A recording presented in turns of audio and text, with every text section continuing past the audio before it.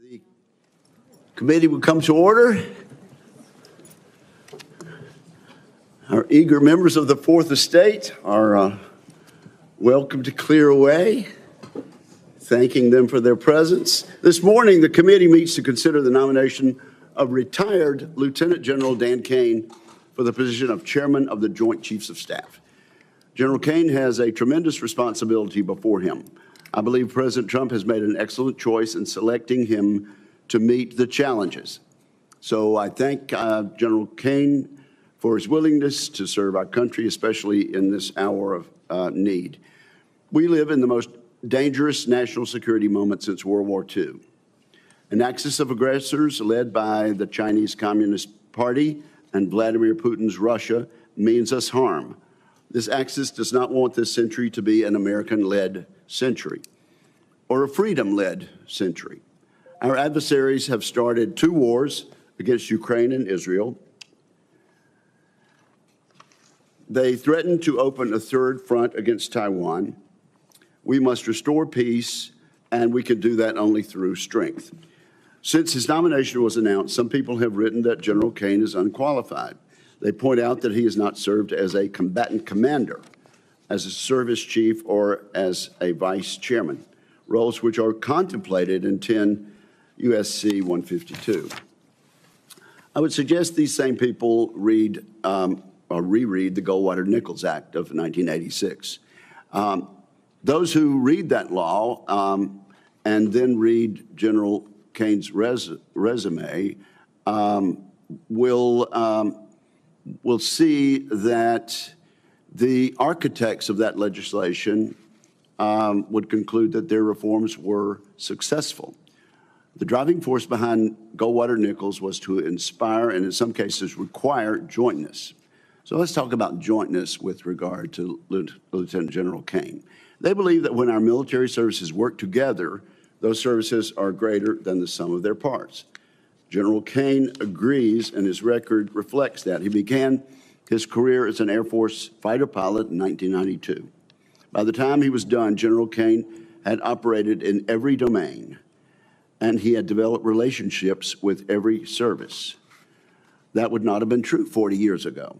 General Caine flew and commanded aircraft, but he's also worked for the U.S. Department of Agriculture, having helped in the wake of Hurricane Katrina in the midst of a bird flu outbreak. At the White House, General Caine wrote early homeland security strategies. He deployed and commanded repeatedly to Iraq and Syria, serving within various special operations forces units. He ran our most secretive programs for all military services. General Caine worked extensively as the CIA's senior military officer, again, collaborating with every military service and combatant command. It's difficult to imagine a better joint and interagency background for a nominee of this position. Our threat environment is complex, and General Caine understands how the services can work together to meet today's dangers. We have much work to do, as this committee knows. We need to grow our defense budget. We need to reform the Pentagon's processes drastically. If confirmed, General Caine would play a significant role in providing military advice to the Secretary of Defense and the President of the United States on both of those topics. In particular, the chairman plays a significant role in the requirements process. I hope he will make a priority to modernize this critical aspect. The statutory role of the chairman may be limited, but the position is explicitly the voice of the combatant commanders. That voice matters because the commanders are largely absent from our requirements and budgeting processes. The chairman can and should also be an advocate for a more agile planning process, one that considers the problems, and I'm going to use 2 big words here, the problems of simultaneity and protracted warfare. I guess that's 3 big words and 2 big terms.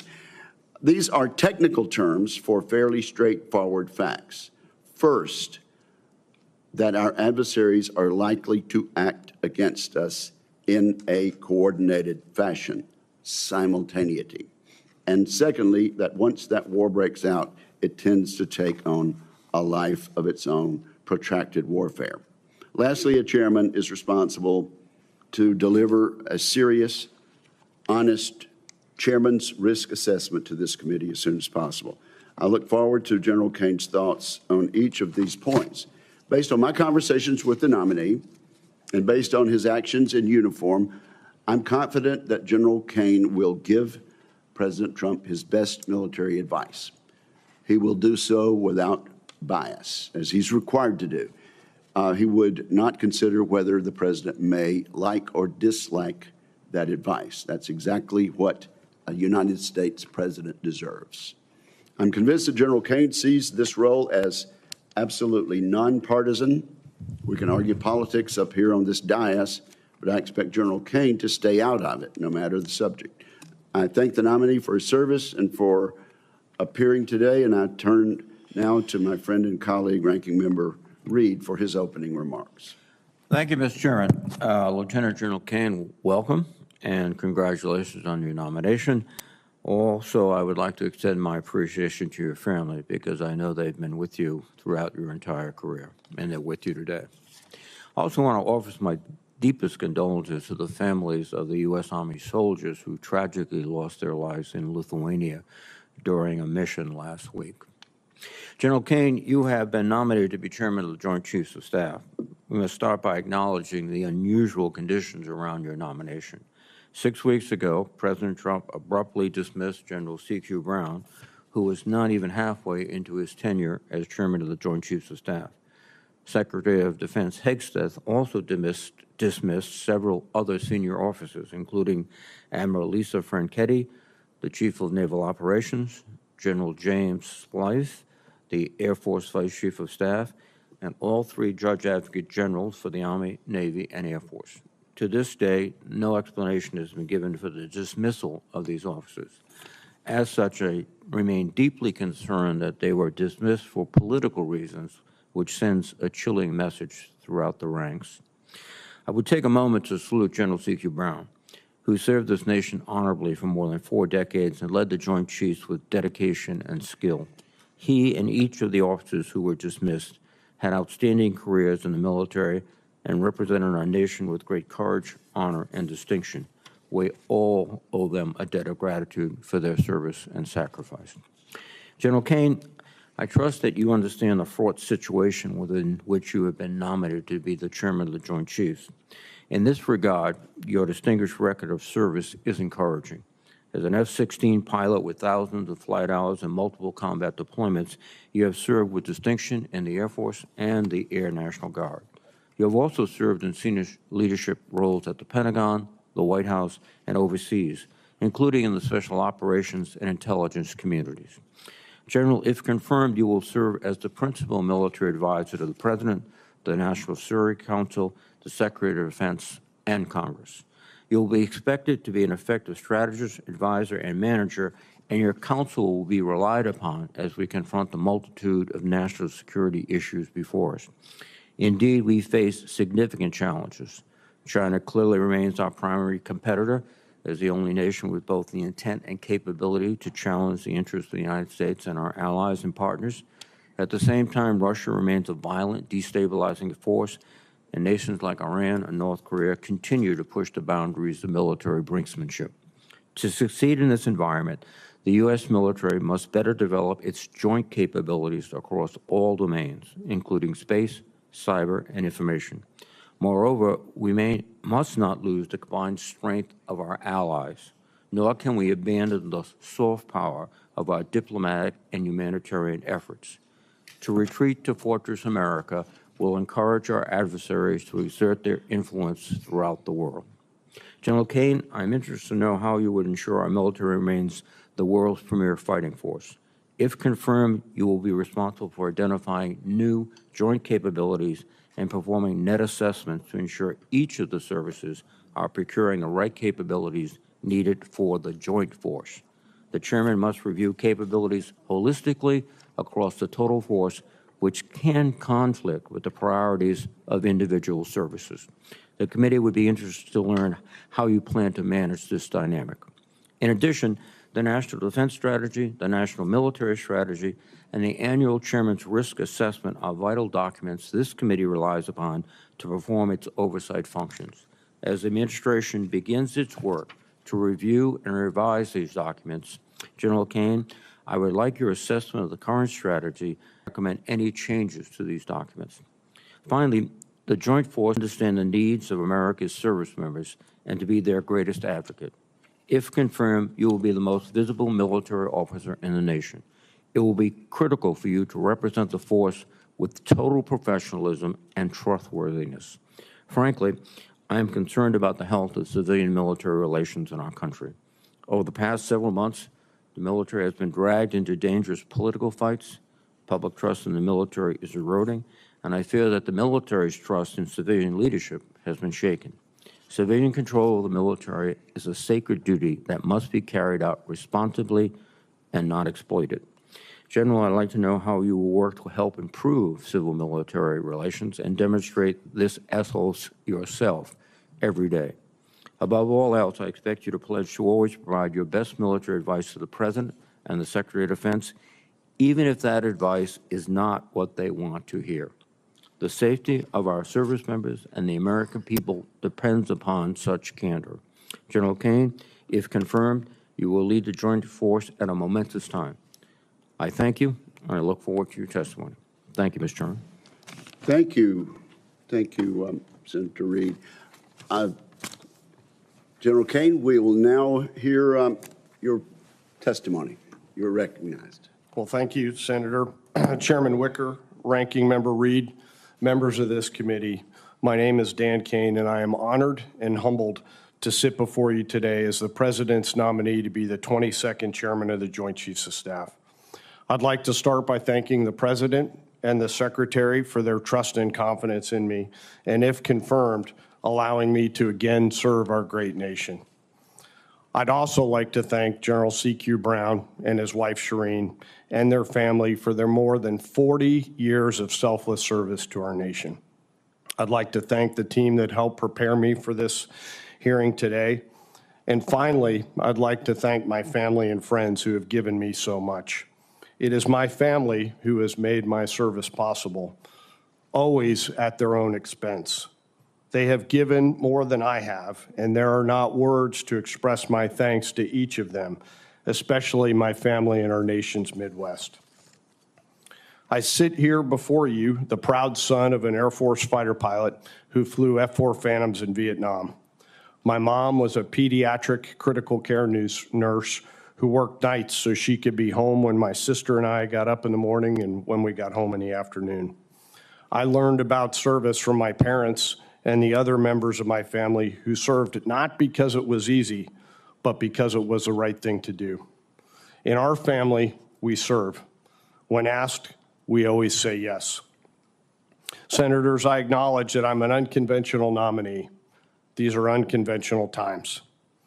It is 9:48 p.m. in Beijing, 6:48 p.m. in Tehran, 4:48 p.m. in Moscow, and 10:48 p.m. in Pyongyang. As we sit here now, our nation faces an unprecedented rising global risk. Our adversaries are advancing, global nuclear threats are on the rise, and deterrence is paramount. Our national defense requires urgent action and reform across the board. We must go faster. We must move with a sense of urgency. We can never forget that our number one job is to create peace through overwhelming strength, and if need be, fight and win our nation's wars.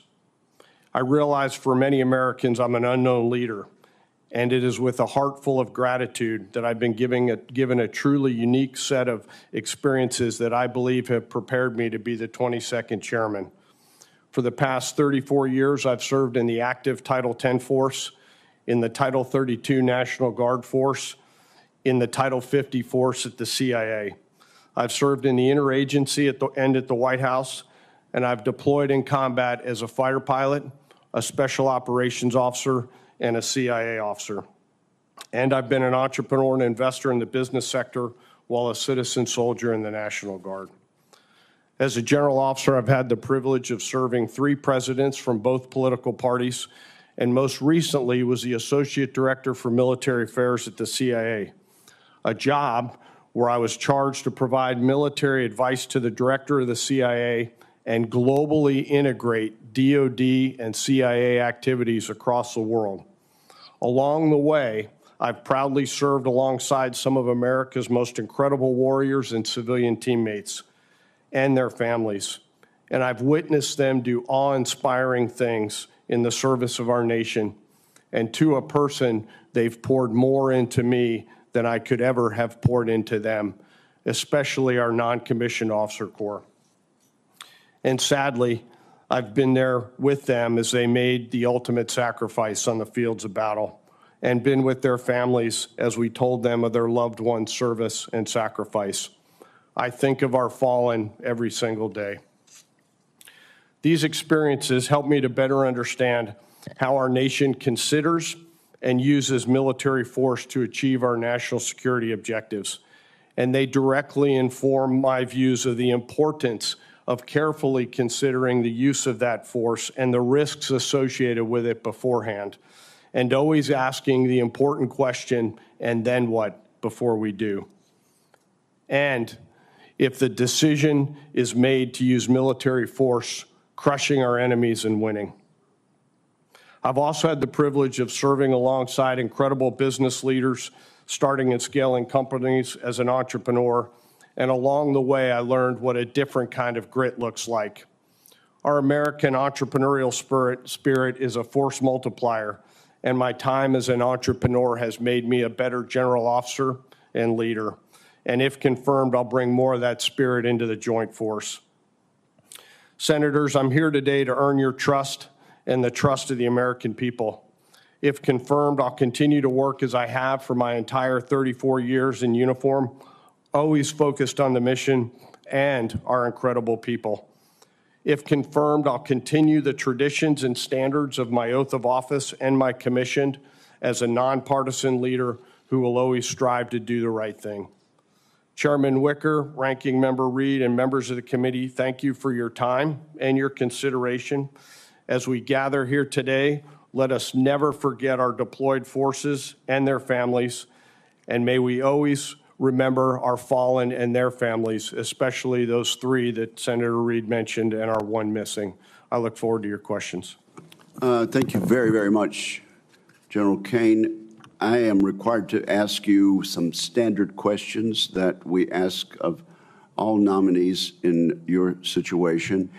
And so if you will just answer yes or no to these questions, keep your talk button pressed. Have you adhered to the applicable laws and regulations governing conflicts of interest? Yes, Senator, I have. Have you assumed any duties or taken any actions that would appear to presume the outcome of the confirmation process? No, Senator, I have not. Exercising our legislative and oversight responsibilities makes it important that this committee, its subcommittees, and other appropriate committees of Congress receive testimony, briefings, reports, records, and other information from the executive branch on a timely basis. Do you agree, if confirmed, to appear and testify before this committee when requested? I do, Senator.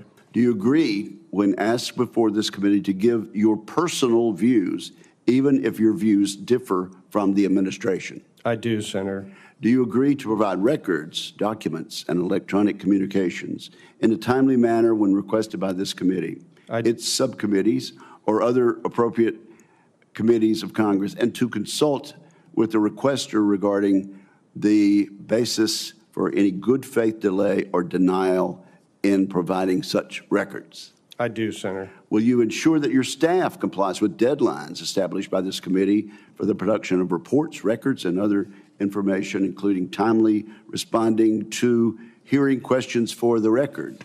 I will, Senator. And 2 more, General. Will you cooperate in providing witnesses and briefers in response to congressional requests?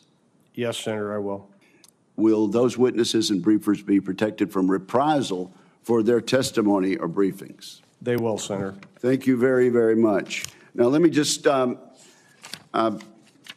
out by asking about some hyperbole that may have been out there in the press. General Caine, did you wear a MAGA hat in front of the president? No, sir. Did you wear a MAGA hat at any time? No, sir. Okay, would you like to elaborate on that answer? Sir, for 34 years, I've upheld my oath of office and my commitment to my commission, and I have never worn any political merchandise. Okay, thank you for that answer. Now, previous chairmen of the Joint Chiefs of Staff have somewhat equivocated when asked about top-line spending issues. I think you know that about the proposals that will soon be before this Senate and this Congress. Is it, in your best military advice, based on your experience, is it your opinion that we need real growth in the defense budget to maintain deterrence against the very capital cities and interests that you mentioned in your testimony? Well, Senator, thank you for that question. We definitely must have a sense of urgency related to the budget. I think it comes down to ultimately finding more deployable or allocatable capital. And there's really three ways to do that. We can find greater efficiencies in the budget through cost savings. We can reprogram from different programs, or we can get a higher top line. I think of it in terms of a business model where we get more revenue. So we've got to move quickly and figure out how we can get real purchasing growth over time. Okay. Well, let's talk about efficiency. In the special operations community and with the CIA, you've worked with some of the most innovative and risk-taking parts of national security enterprise. You also mentioned your experience in the private sector, which I think can serve you well. Startup ventures in the private sector, is that right, General Yes, sir. Caine? And if confirmed, you will conduct oversight on the military's requirement processes. We hear constantly from our combatant commanders that it takes years for their military needs to be converted into requirements. Based on your experience, do you believe the requirements process needs to be fixed? And do you agree with those who say it needs to be entirely torn down and rebuilt to get our warfighters what they need according to a timeline in which they need it? Well, Senator, I definitely agree something has to be done. The solution is probably somewhere in the middle. I don't know that we need to tear the whole thing down. I definitely agree that we need to improve the speed and agility of our requirements process. Technology is evolving so fast, our requirements process does not evolve at the same time. And we've got to have our combatant commander's voice in the requirements process. The one area that I think we also need to do is to keep a global picture on those requirement processes. No two combatant commands have the same requirements, and only the Joint Staff has the global view on those requirements along with OSD. So if confirmed, I'd like to continue to work with you and the rest of the Congress to sort through this. So I appreciate it. Well, have you had a chance to read my white paper on the Forged Act and that proposed legislation? Yes, sir. Don't you agree that it's a masterful piece of legislation? I do, sir. It was a beautiful read, sir. Yeah. Would you like to elaborate on that? Yeah. Well, sir, I mean, I think it certainly lays out a lot of good markers for improvement in the requirements process. Well, it seems to me you've worked in the private sector and you work with startups.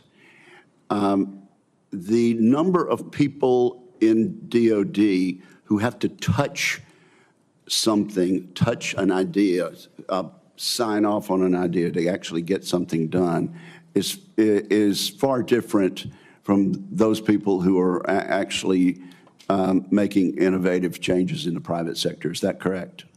Yes, sir. Okay. And do you agree then that we need to move in the direction of efficiency, and that a lot of the top line money that I mentioned in my second question can be found by efficiencies and moving things faster, and also we could get to the warfighter what they need in a timely manner. Yes, sir. Well, let me ask, I've got 12 seconds. I might do a follow-up at the end there. But thank you very much for your testimony. Senator Reid. Thank you very much, Mr. Chairman. General Caine, as you are aware, it was recently revealed that senior Trump administration officials, including the Secretary of Defense, were sharing sensitive information about upcoming strikes in Yemen on a Signal group chat. In your professional opinion, should a member of the Joint Chiefs or the relevant combatant commander been included in that discussion? Senator, thanks for that question. I understand that the voice of the Joint Force had been expressed through the incredible work of the acting chairman and current vice chairman. I understand he put a statement out yesterday or the day before saying that they'd consulted with the secretary. And, you know, from what I understand of that chat, that was a partisan political chat, and so the Joint Force should not have been represented in there, sir.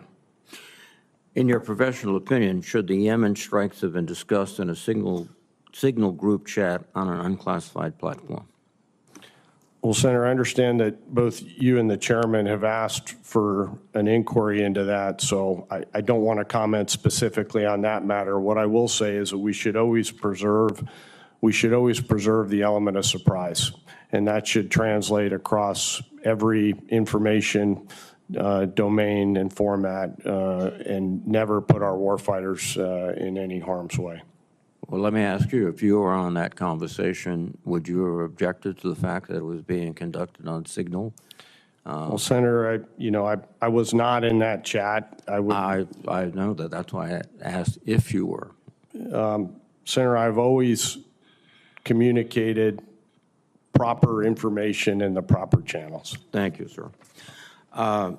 Immediately following the announcement, and this is a follow-up to Senator Chairman Wicker's first question, immediately following the announcement of your nomination, press stories started to circulate about comments President Trump made about you and your past relationship. And according to the reports, the president tells a story where he spoke to you while you were serving in Iraq on active duty, and you said that you loved him, and "I'll kill for you, sir."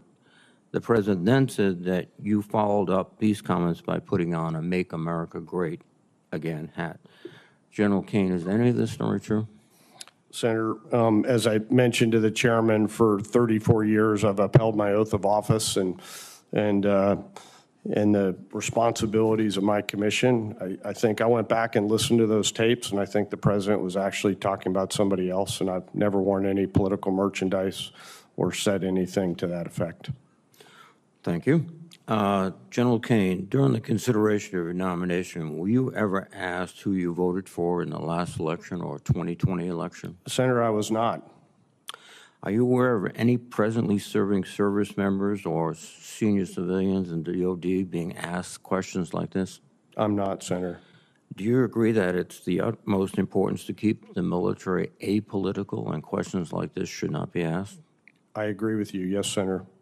And what steps you'll take to guard against the potential politicization? Senator, I think the question was, what steps will I take to guard against politicalization? I think it starts with being a good example from the top and making sure that we are nonpartisan and apolitical and speaking the truth to power every day. General Caine, do you believe there's any situation where it would be appropriate for you not to be consulted prior to a military operation? Well, Senator, I'm not in the job yet, so I can't imagine any hypothetical situation where I would not be in the conversation, if that's what you're asking. I believe the Joint Force, if confirmed, and even if I'm not in the job, the Joint Force has a responsibility to provide best options to the Secretary, the NSC, and the President. So I can't imagine a case where the Joint Force would not be in the conversation. Final question. If confirmed, and this is you've got 40 seconds, and this is probably, will take longer than that, so just brief thoughts. How are you going to ensure that the parochialism, which is endemic in every organization, but certainly also in the Department of Defense, is curtailed or focused to a more joint effort? Well, Senator, I appreciate that, and I'll be quick and come back to you with more if need be. But, you know, I'm encouraged by the 648 years of experience that currently exist in the Joint Chiefs of Staff and in the Joint Staff, and I think they're all absolute professionals. Thank you very much, sir. Thank you, Senator. Thank you, Senator Reid. Senator Fisher. Thank you, Mr. Chairman. Welcome, General. Thank you for putting yourself forward to continue to serve your country. As you are aware, there's ongoing efforts to force the Department of Defense to vacate portions of key bands of the electromagnetic spectrum, particularly the lower 3 gigahertz and the 7 to 8 gigahertz bands. General Caine, do you agree that the Department of Defense should have a meaningful co-leadership in any interagency determinations about the future use of federal spectrum? Senator, thanks for that question. You know, there are certain elements of the spectrum that have unique physics associated with them that can impact our combat capabilities, so we certainly want to have a voice in the conversation. Do you believe that it should be a co-leadership, though? Not just a seat at the table, but because of the exquisite assets that the department has and your knowledge of what those are, that you would need to have that co-leadership position? Senator, you asked what the views of the department was, mindful that I'm not in the job yet, and if confirmed, I'd have that conversation with the secretary about co-leadership related to that. What are the risks to national security if the department is forced to vacate those spectrum bands? Well, Senator, some of that may be reserved for a conversation in closed session at some point in the future, but certainly if we lose portions of that spectrum, we'll lose some exclusivity related to our combat capability, and certainly, one, don't want to tip that off to our adversaries who might be listening, but two, would rather talk about that in closed session. I look forward to having those discussions with you if you are confirmed, sir. General Caine, for the first time in history, the United States faces 2 nuclear peer adversaries in China and in Russia. And yet our planned nuclear force was decided back in 2010 when the threat environment looked very, very different, and it hasn't been reconsidered since then. For example, just over the past few years, China surpassed the U.S. in the number of ICBM launchers it possesses. Russia has suspended the New START treaty, and nuclear saber rattling has been a defining feature of its invasion to Ukraine. North Korea has claimed to test the first solid fuel ICBM. I'm concerned that our current programs or record may not be sufficient to address these future threats, or these current threats, let alone future threats. So if confirmed, how would you work with the Secretary, the services, STRATCOM, to identify and address any insufficiencies so that our nuclear deterrent would remain credible? Well, Senator, and it must remain credible. We must invest in the deterrence side of our nuclear triad, and there's a lot of work to be done there. And if confirmed, I look to work with the incredible leadership at STRATCOM. We have a great commander out there who's very smart, dedicated, and technically all over the program out there. And this will be an area of significant emphasis to make sure that we're fielding the capabilities that we need. Have you had an opportunity to review the Strategic Posture Commission's 2023 report? Senator, I've not. I would highly recommend that you do so. It very clearly articulates projected threats. It identifies potential gaps in our capabilities, and it makes a number of actionable recommendations, many of which were included in last year's NDAA. Finally, General Caine, the nuclear-armed sea-launched cruise missile, or SLCM, is a Navy program of record that has been supported by this committee on a strong bipartisan basis. I was pleased to see you affirm the importance of SLCM in your advanced policy questions. Can you explain to this committee the importance of providing the President with additional theater nuclear options such as SLCM?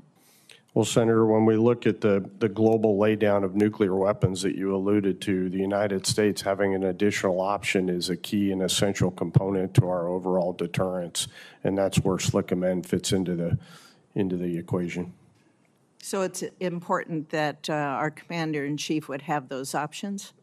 Well, I won't get out in front of the President. It may be a decision that he has a different view on, but certainly the Joint Force should offer him that option for his consideration based on the needs of the deterrent capabilities. And it is a program of record.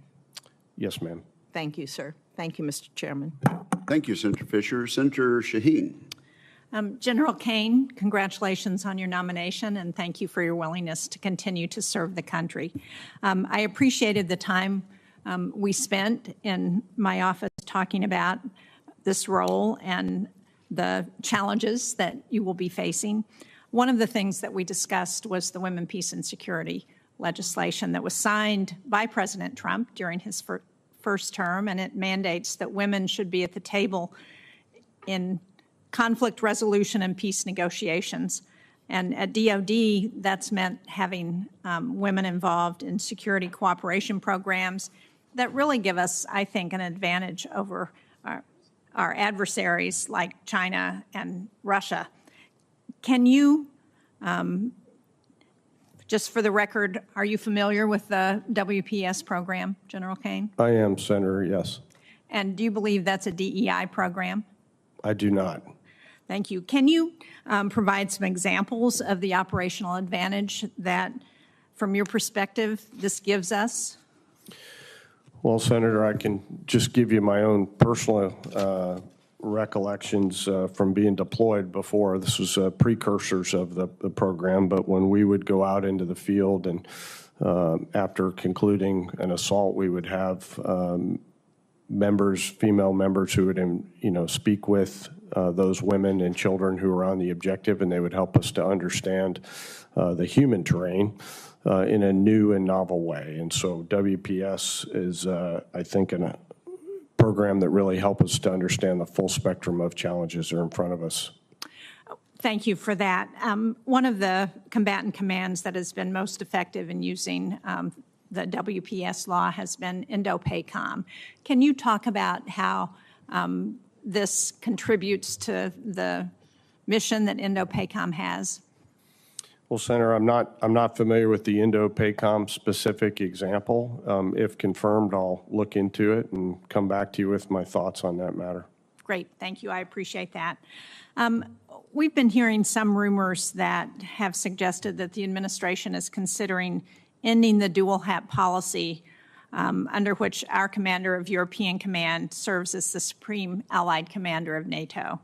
The commander of EUCOM has served as the Supreme Allied Commander since Eisenhower, and part of the reason is to ensure that U.S. command and control of nuclear weapons on the continent also prevents nuclear proliferation in Europe.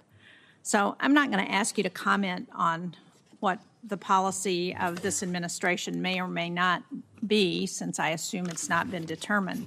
But can you talk about the importance of U.S. leadership in NATO as a result of this dual hat arrangement, and how would you approach mill-to-mill obligations with NATO partners? Well, Senator, allies and partners are a critical component to our ability to protect and defend our values and virtues around the world. NATO is a key component to that. The President's been clear on his views of the importance of NATO, as has the Secretary. Related to whether or not SACEUR stays a U.S. military officer, I'll defer to the President on that. I think that's a discussion that he currently is ongoing. But for me in particular, I value our allies and partners, and if confirmed, that'll be a significant portion of the job that I have ahead of me. Well, and I appreciate that that's a policy decision, but what I'm really asking is what the advantage is for the United States in having the SACEUR be an American. And, Senator, as always, anytime we have U.S. forces deployed, we generally have wanted them under a U.S. commander, and that was the history behind the establishment of SACEUR and putting the dual hat EUCOM commander and SACEUR together. And I think it is an opportunity for global leadership, in particular in Europe, but again, would defer to the president as he considers what the future policy may look like. And I know that Senator Reid asked you this question, and it was part of your official questions from Senator Wicker. But when you have situations where your military advice may be different from the direction that the administration is heading on policy, how do you intend to approach those situations? And how would you continue to make sure that the military perspective that you're supposed to represent is actually being presented? Well, Senator, the same way I have for 34 years with candor. Candor has gotten me here today, and candor will continue to allow me to do my job moving forward. The president doesn't have to accept the military advice or the secretary of the NSC, but we owe it to them for us to deliver that military advice. Thank you. Thank you, Mr. Chairman. Thank you. Thank you, Senator Shaheen. Senator Cotton. General Caine, congratulations on your nomination, and thank you for your 34 years of service. Thank you also for your service at times in the intelligence community, where your reputation is as strong as it is in the Department of Defense. Let's continue on the theme of Senator Shaheen's question about providing your candid military advice. I think, as the chairman and Senator Reid pointed out, a lot of people don't understand the chairman of the Joint Chiefs is not in the chain of command. Is that correct? Yes, sir. By law, your role is the principal military advisor. So if the president makes a decision on this, that, or the other policy or operation about this, that, or the other country, that goes from him to the Secretary of Defense down to some other commander, say the CENTCOM commander or the Secretary of the Army or what have you. You're on the side giving advice to everyone, but you're not actually carrying out decisions in the chain of command. That's correct, Senator.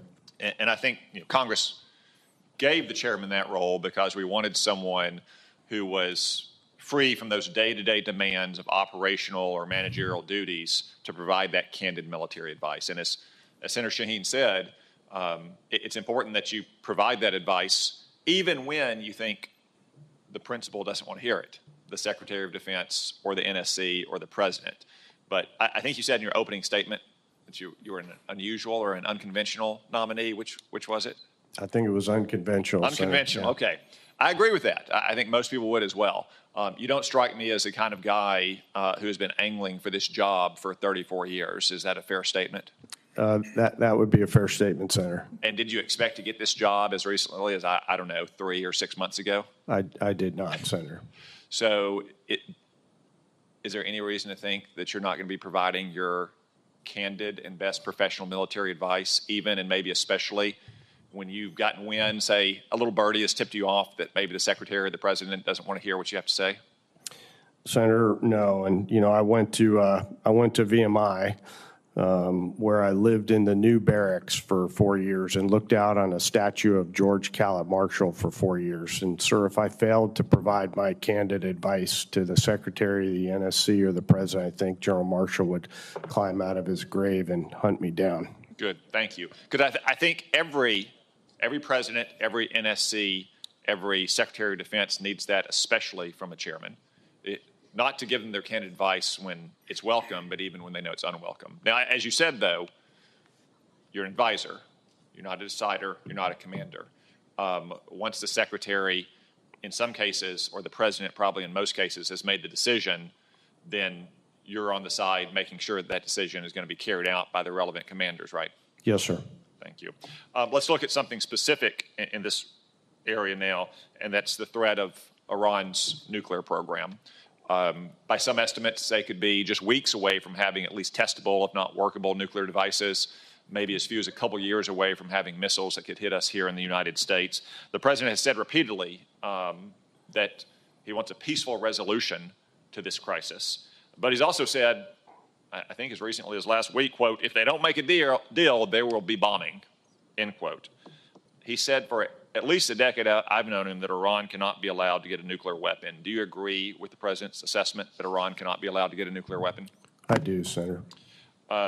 And do you agree that because of their missile programs, especially the flimsy cover of the space launch program, that this is not just a threat to our troops in the region or Israel or our Arab friends in the region? This could be an imminent and existential threat to the United States itself in just a few short years. Senator, I think that's an accurate statement. If the president asks for military options to support what he has said publicly, that if Iran is not willing to make a deal, that there will be bombing, do you commit to provide him the best and candid advice you can about viable military options and the likely consequences of each? Senator, I think that's what the job of the Joint Staff is to do, is to provide a range of options for the president to consider and then allow him to select whatever those options will work best for him. Thank you. And finally, there's some hysteria about the prospect of the president ordering these strikes, or someone like you in uniform providing him advice, that it's going to lead to another forever war or another endless war. Are you aware of operations, maybe operations against Iran, like the tanker wars in 1988, in which the forceful but discriminate application of military power did not lead to a forever war or an endless war, but rather led to peace and stability?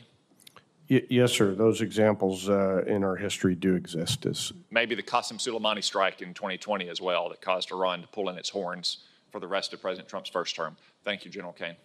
Thank you, Senator. You can answer that question verbally, Senator Caine. I noticed you nodded. General Caine, you nodded your head. Yes, sir. I wasn't sure exactly what the question was, but I agree with you, Senator. Thank you, Senator Cotton, and thank you, General. Senator Blumenthal. Thank you, Mr. Chairman. Thank you, General Caine, for visiting my office. For your service and your families to our nation, you have a record that is exemplary and lengthy. You've served in the Air Force, the Air National Guard, and within the intelligence community with extraordinary distinction. This position is not one that you sought, is it? No, sir. Or ever expected? No, sir. And the reason is quite simply that the President of the United States decided to fire the Chairman of the Joint Chiefs of Staff for political and personal reasons. And I must say that I find that abhorrent. And I know that you are not going to comment in those terms on the treatment of your potential predecessor, but would you agree with me that politicization of the military is something that should be avoided at all costs? Yes, sir. The nation and the Constitution all require a nonpartisan military. And would you agree with me that this apparent myth, because you've credibly denied it, that you wore a MAGA hat is extremely regrettable and unfortunate? Sir, I just know that I have always upheld my oath of office and don't believe the president said I was wearing a MAGA hat from what I've listened to the tapes. You don't believe he ever said it, but it has been attributed to him. Sir, I think maybe he was talking about somebody else when I went and listened to the tapes. Let me ask you, because of your extraordinary service, General, and I can't imagine anyone better qualified to answer this question, if you heard that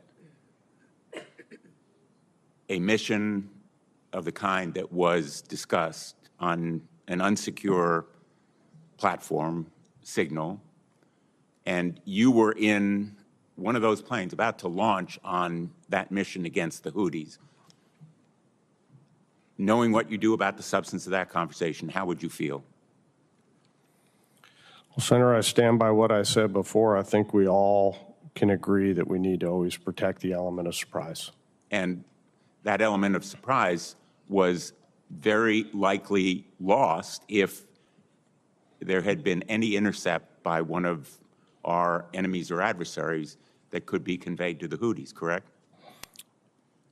I mean, Senator, that's a little bit of a hypothetical question, but I am thankful, as always, that we protect our servicemen and women who are going into combat operations. But there are a lot of pilots and other military men and women who are understandably angry about that call, correct? Sir, I've not had anybody come to me and tell me that they're angry about it, so I can't comment on that. Have you read reports about that reaction to the call? I have not, Senator, no. Would you agree that that kind of reliance on signal for that kind of conversation should be avoided in the future? Senator, I just know that I have always used the right system for the right kinds of communications. I don't know in particular, what information was classified in what way on that signal chat. I know that we must preserve the element of surprise. That platform is not a hardened and secure platform. That platform is encrypted, but not secure, I believe, in the definition of the term secure. Let me ask you quickly on another topic. Would you agree that the Columbia-class program is the Navy's, should continue to be an acquisition priority along with the Virginia-class? Senator, I do think Columbia needs to continue forward at a pace and tempo equal to the threat. My time has expired. Thank you, Mr. Chairman. Thank you, Senator Blumenthal. Senator Rounds. Thank you, Mr. Chairman.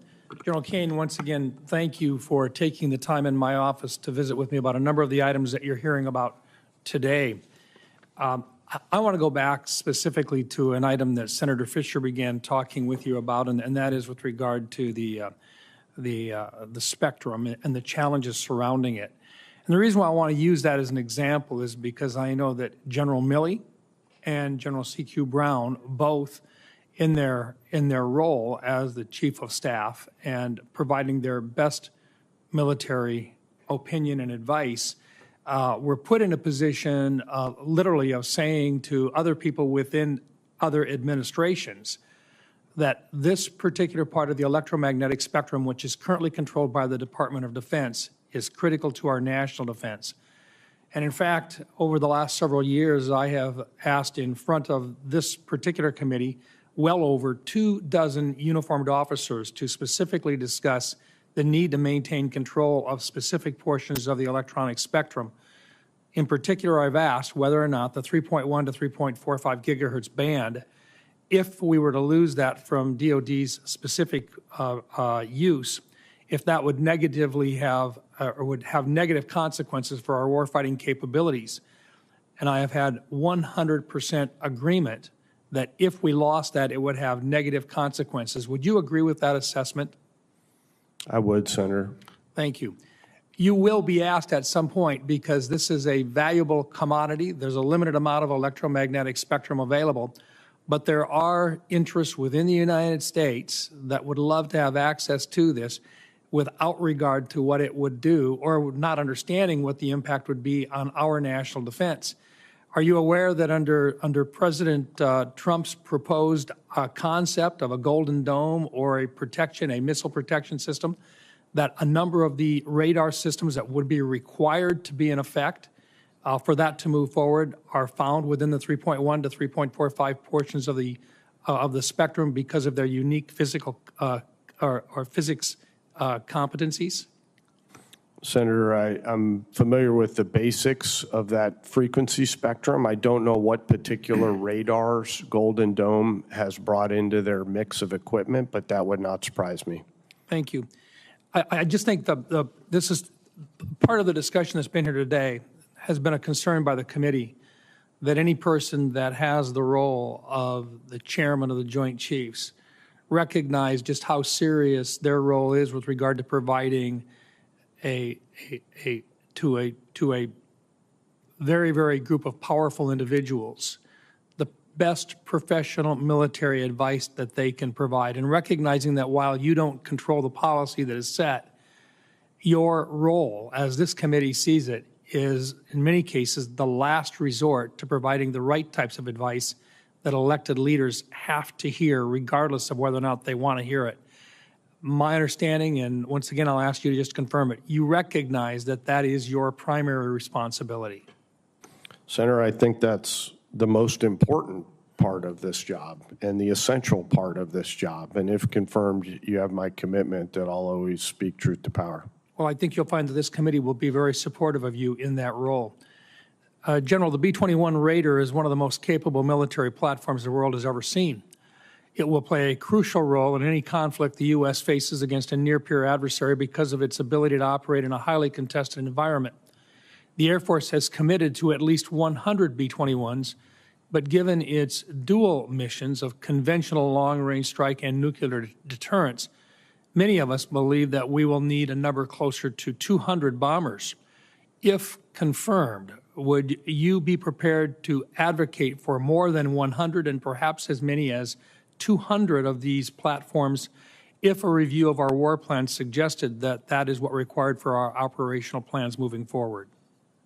Senator, the last part of your question, I think, is the key part for me after the analysis portion. And, you know, mindful that I've not been confirmed for this job yet, I'd like to speak to the other Joint Chiefs and the combatant commanders whose requirements Raider will fulfill before I commit to supporting any particular number of B-21s. It's an essential part of our nuclear and conventional program, and certainly a key component of it. But before I commit to any number, I'd like to study the matter and come back to you. But if that appears to be the case, you would not hesitate to recommend more if those studies warranted it. I would not hesitate. Thank you. Thank you, Mr. Chairman. Thank you, Senator Rounds. Senator Hirono. Thank you, Mr. Chairman. General Caine, with all due respect to you, we should not be here today. This hearing is happening only because of the unprecedented dismissal without cause of General Brown as chairman. As a highly respected military leader, General Brown faithfully served our country for decades. He provided exactly what the Constitution asked of him, the best nonpartisan military advice to civilian leadership. However, for an administration that is claiming to be the most, quote, transparent in history, end quote, no reasonable justification has been provided for General Brown's termination. Instead, General Brown's dismissal reveals, once again, President Trump's intention to install yes men and women with fealty to him and not to the Constitution or the American people. Now, General Caine, you said you will always speak truth to power in your responses to advanced questions. And you indicated that you would provide independent advice. But let me just mention what happens to people who stand up to President Trump. General Milley, who was a former chair of Joint Chiefs, stood up to President Trump. And here's what happened to him. President Trump took away his security detail, his security clearance. He even took down his portrait in the Pentagon. That's not all. General Milley is now under investigation by the department's Inspector General to see if he will be able to retire as a four-star general. It's always a challenge to stand up to this president. Let me just start with the two initial questions, and I'll get to some of the questions that have to do with your fitness to serve. I ask these questions of all nominees on any of the committees on which I sit. Since you became a legal adult, have you ever made unwanted requests for sexual favors or committed any verbal or physical harassment or assault of a sexual nature?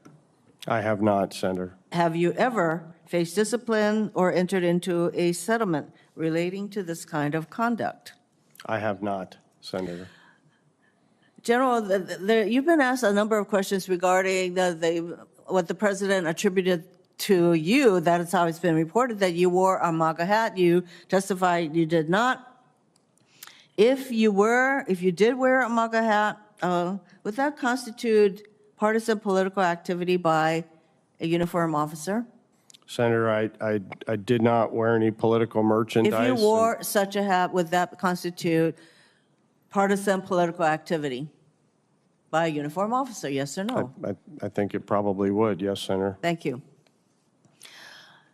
General Caine, you've been asked also a number of questions about what's being referred to as signal gate. And I commend the chair of this committee and the ranking member for asking for an IG inquiry. You were the director for special access programs at the Pentagon, an office that manages our nation's most classified programs. Have you ever discussed classified information on an unclassified medium, such as Signal? No, Senator, I've not.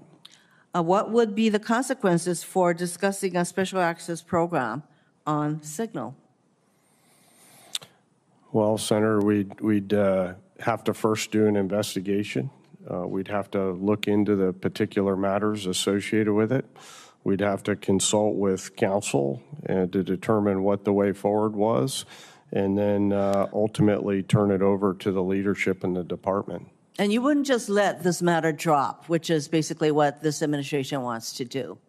Well, Senator, I think that it's a little bit of a hypothetical situation asking me about what would happen if a SAP was dropped into Signal. It's really not a hypothetical. It is what is confronting this administration and what's happening. You know that we need to preserve the element of surprise.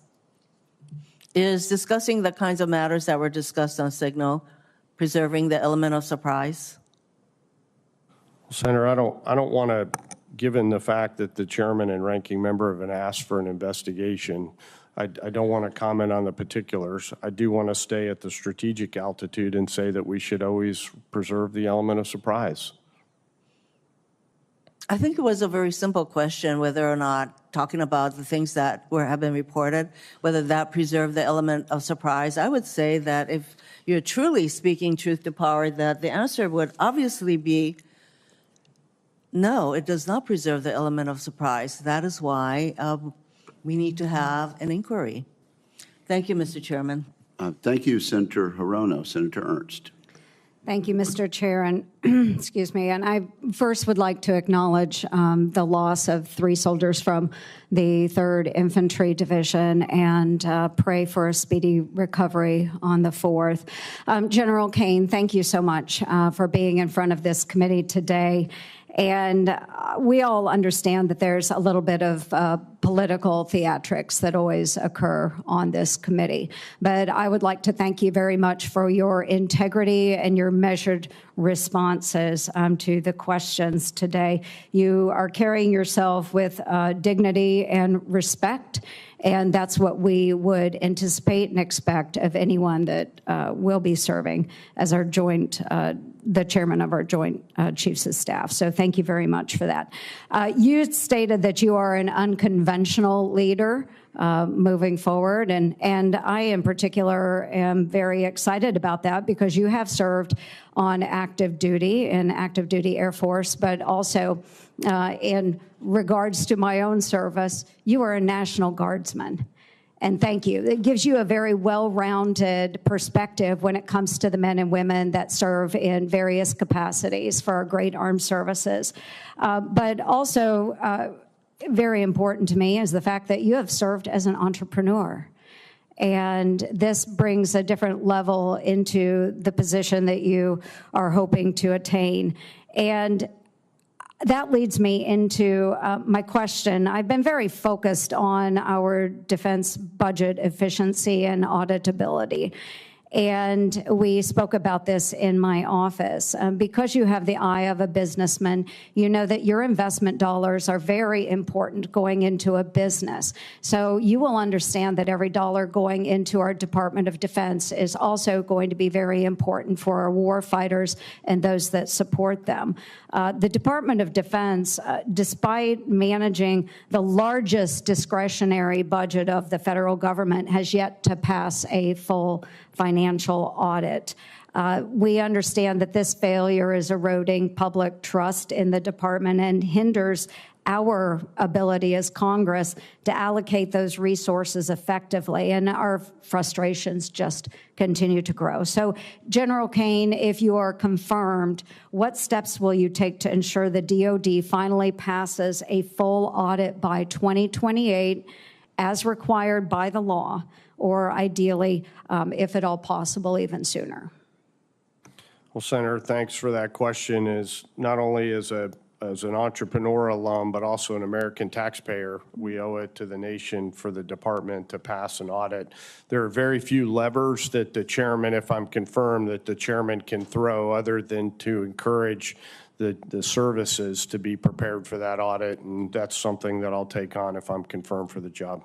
Yeah, thank you very much for that. And in regards to our Special Operations Forces, I serve as the chair of the Emerging Threats and Capabilities Subcommittee, and will continue to advocate on behalf of our SOF. They're a very cost-effective force multiplier, and they deliver those high-impact results with a very small footprint. And I know we have spoken about this. You do get that. Cuts to SOF funding risk ceding ground to our adversaries. So, General Caine, given SOF's proven role in great power competition, do you believe a justification exists for reducing their footprint and their budget at a time when unconventional threats are on the rise? Well, Senator, mindful that I'm not in the job yet, I do understand and appreciate the exponential value that SOF can bring to the competition phase that we're in right now. And if confirmed, I'd like to take that on and come back to you with my thoughts on it. Yeah, thank you, and I will expect that as well. Yes, and I know we could go on. I'll submit a question for the record on recruitment and retention challenges. But I just want to close by saying I'm very grateful that President Trump has nominated you to serve as our chairman for the Joint Chiefs of Staff. I do think that you will bring a different level into this position, a different eye, a different way of looking at things. And we are in very challenging times. We all recognize this. We need a change. You are that change. So thank you very much for being willing to continue to serve in this capacity. Thank you, Mr. Chair. Thank you, Senator. Senator King. Thank you, Mr. Chairman. General, congratulations on your nomination. We've discussed, almost every member of this panel has discussed the importance of giving straight advice to the President and the Secretary of Defense. These are two very strong personalities. The Oval Office is probably the most intimidating room in the world. And I hope you'll reiterate, you mentioned you owe it to them to give you the best advice. You also owe it to the country that you give them the best advice. You mentioned to me when we discussed this before, you have been retired, you didn't expect this job, you don't need this job. Give me your straight-ahead commitment that when the chips are down, you're going to argue for your best military advice. Senator, I don't know any other way to operate as a leader. Is my job, if confirmed, is to always provide best military advice to the President, the Secretary of the NSC, and to Congress, and to do so with candor every day. That as everybody has mentioned, particularly Senator Rounds mentioned, that this is really the principal responsibility of the job. And we're in a very dangerous moment. As you know, there are potential conflicts all over the world. So you're going to be called upon probably in the matter of weeks to make these kind of calls and to provide that advice to the President. So I look forward to your honoring that commitment that you just made and making clear, not only providing advice, that sounds sort of neutral, but advocating for advice, saying this is what we believe the best military advice is. Let me move on. It worries me sometimes that we have a tendency, particularly in national security, to move our focus from one area to the other, and then we neglect the area that we're missing. What I'm very worried about now is a resurgence of terrorism. Syria potentially could become another base for ISIS. There are thousands of ISIS fighters in jails in Syria. If they're released, that could be a major challenge. West Africa is now a major area of al-Qaeda activity. Talk to me about the terrorism threat and the fact that we can't forget it because 19 people changed American history on September 11th, and it doesn't take many terrorists to create serious problems for this country and for people around the world. Well, sir, I think I don't know that I could say it any better than you just did. We have to keep our pressure on the terrorists who would continue to Can you be sure like. that you got that in the record, what he just said? Go ahead. It's not something, Senator, unfortunately, that we can ever take our eyes off of completely. The challenge that somebody who would want to do harm to us or to our interests around the world is not going to go away anytime soon. And one of the concerns that I have, we always talk about deterrence. That's the mainspring of our defense strategy. But deterrence doesn't work with a terrorist with a nuclear weapon. They don't have a capital to blow up. They don't care about dying. The defense against that eventuality, which I think is absolutely terrifying, is intelligence. And I hope that you will continue to focus the forces in the Pentagon on intelligence and intervening if there's any threat of nuclear material getting into the hands of a terrorist organization. Yes, sir. Finally, in terms of your leadership within the military, and I know that you're a passionate advocate for our warfighters. One of the things that concerns me, and I'm going from this meeting to a meeting of the Veterans Affairs Committee, is the transition from active duty military to retired, which you have experienced. And the testimony that we've had at numerous hearings is it's inadequate. It's improved in recent years, but there are still gaps that it's very complex, and military active duty people going into veteran status, it turns out it's the highest propensity for suicide in the first couple of years after the transition from active duty. So I hope that's something that you will pay some attention to. I believe that as much money, effort, and time should be spent on transition out as we spend on recruiting in. Well, Senator, it is a bit of an arduous process. I can personally attest to that, and so I appreciate your leadership on helping the veterans of the nation to transition appropriately. And it is an area of risk for sure, and I'll keep my eye on it if confirmed. I hope you will. Thank you very much, General, and again, congratulations on your nomination. Thank you, Solemn Senator. obligation. Thank you. Senator Kramer. Thank you, Mr. Chairman, and thank you, General, for your service and for your willingness to step back into the gap. And while I agree that the dismissal of your predecessor was unfortunate, it's behind us, and I cannot think of a better person to replace General Brown than you. And frankly, the unconventionalness of you as the president's pick is in and of itself brilliant in my view. But when you look at your actual history and your actual service and the diversity of it, I just can't imagine a better choice. So congratulations on that, and I look forward to supporting you strongly. In your opening statement, you said some things that we hear a lot from people that come before the committee. In your response to Chairman Wicker's legislation dealing with the acquisition reform stuff, very welcoming. But everyone says that. Everyone says that. And yet I find it, and this is why, frankly, you being unconventional is encouraging to me, because they all mean it, by the way, when they say it. I believe that at the moment they mean it. They mean it until the particular service that they served in or the particular agency within the service they served in it was disrupted by the very thing they say they support.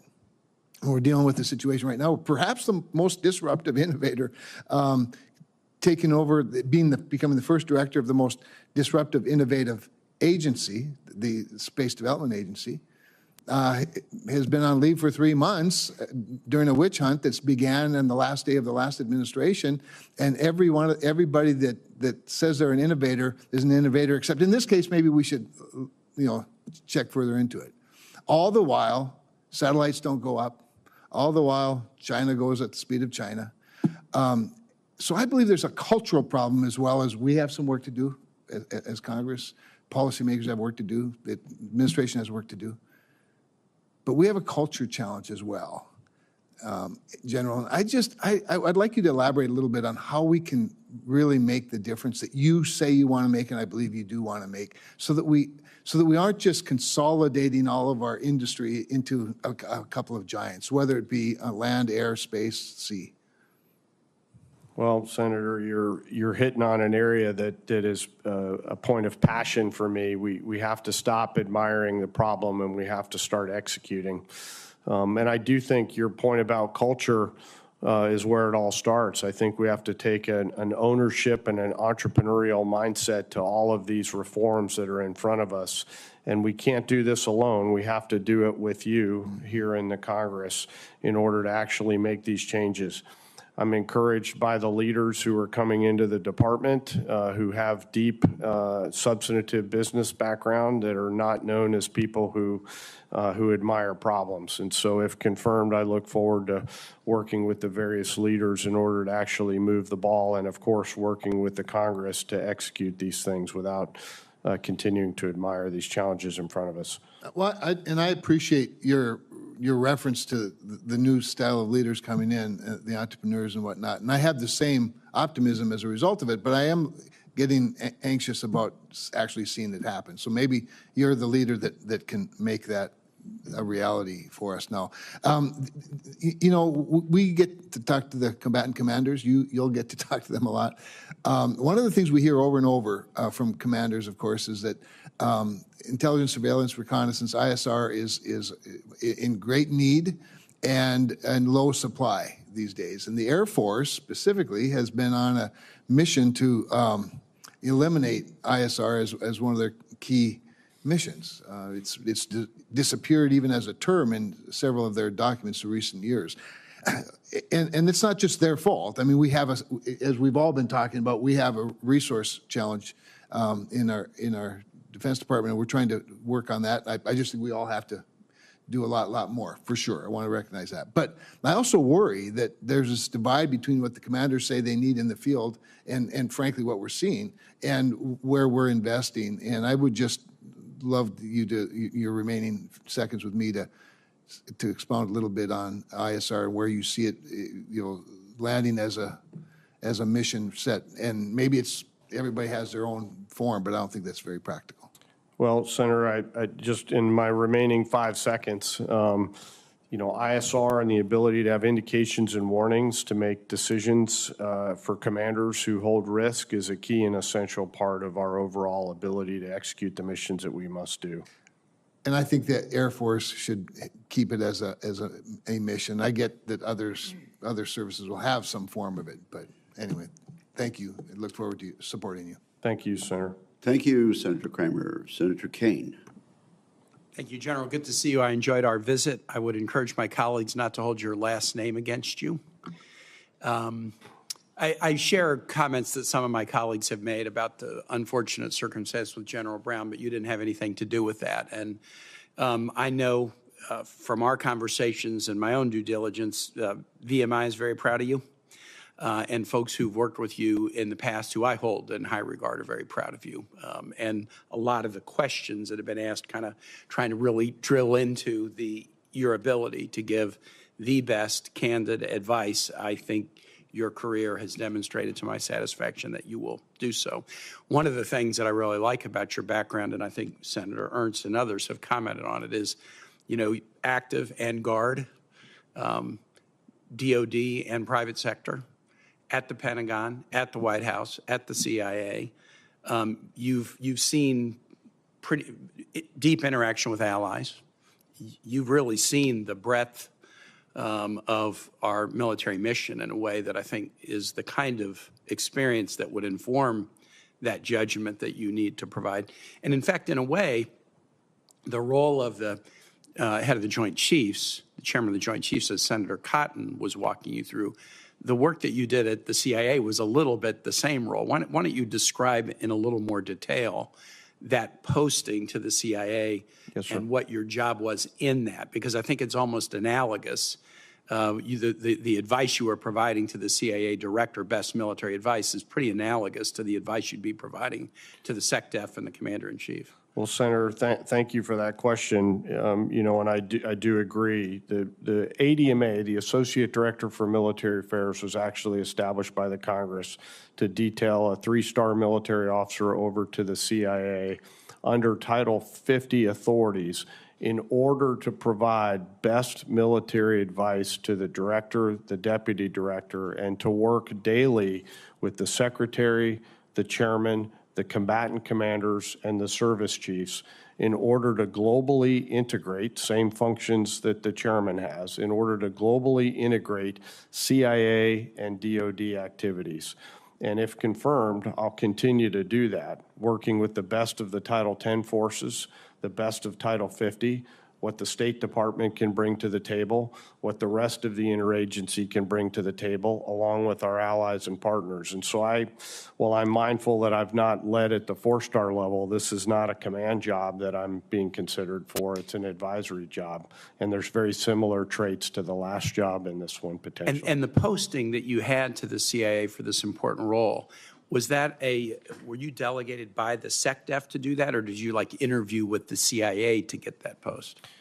Sir, I was nominated by the department and interviewed by the CIA, and as far as I understand it, the CIA made the selection. But you were the nominee of the department. So I do think that the role is an important one.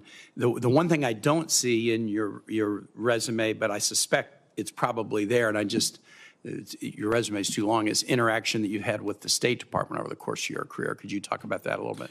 Yes, sir. My first real substantive interaction with the State Department was actually when I was a White House fellow at USDA, and we were charged with working on the global pandemic plan surrounding avian influenza, H5N1. During the Bush administration. Yes, sir, during the Bush administration. And, that really began my substantive appreciation for what the diplomatic element of power can do, and that continued through my time in the military overseas, and have deep regard and appreciation for what the State Department can do for us. I think all of us at times have been frustrated with silos, that the states in their silo, Intel in theirs, DOD, Pentagon in their own silo. And sometimes having the different perspectives is great. If everybody's just singing, the exact same note, you sometimes wonder whether it's groupthink. So getting some different perspectives can be helpful. The fact that you've been in all parts of the kind of broad national security family gives me some real confidence in your judgment coming into this position. Last thing I'll just ask is, what would you say has been your signature or experience over the course of your career in terms of interacting with our allies? Probably, sir, the Scud hunt in 2003, where I had the opportunity to work very closely with our British, UK, and Australian allies, which was absolutely a coalition effort from day one. And we went to war alongside them, and I've thankfully sustained all of those relationships now. I have deep relationships with our closest allies, and if confirmed, look forward to continuing those. I'm a strong promoter of the AUKUS framework, and the fact that you've had those relationships in the past and maintained them, that's a positive. I yield back. Thank you. Thank you, Senator. Where were you exactly during that Scud operation, sir? Well, sir, the location that we flew out of, I think, is still classified. Happy to talk about that in closed session. Okay, thank you very much. Senator Scott. All right. Thank you, Chairman. So, General, congratulations. You've got the right background. I think you're going to do a great job. Always like to see business guys succeed, so that's fun. This is all doable. I mean, you look at where we are. We've got Communist China's built a military to defeat us. We've got allies that have not invested like they should have. We've got Iran, which appears to have enough money now to continue to support the Houthis, Hamas, Hezbollah. We've got China all over Latin America. I mean, what we have to do to defend the freedom of this country and try to do our best to police a world? Is this actually doable? Are you optimistic or are you pessimistic? Senator, I'm always an optimistic leader. And why do you believe that we can do it? There's a lot of reasons, but the power of the American spirit is what leaps out to me right off the bat. There's very few things that we set our mind to that we can't achieve. And despite some of the very serious challenges in front of us, we've always rogered up to those challenges. Do you think the budget that we're going to be able to provide is going to allow you to be able to do the things you need to do? Well, Senator, I won't get in front of the president or OMB on what budget markers they set. What I will do, confirm to you and commit to you, is that whatever capital we're given, we'll make the best out of it. Yeah. So in Florida, we have 20 military bases and 3 unified commands. One is Homestead. We talked about this a little bit.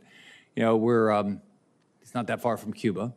It's just Homestead's a little bit north of Key West, and it hasn't had a dedicated flying mission in a while. It seems like it would be an important base. Do you see a future for Homestead, and do you think it ought to have a flying mission? Well, Senator, I won't get out in front of the service, but if confirmed, I'll definitely talk to the Air Force Reserve Command and the Air Force to see what they're thinking around flying mission at Homestead. The history of that unit and that base is exemplary. They were with us in the Scud Hunt. A small component of them were there with us back in 2003, and I've got deep appreciation for the culture and history of that unit.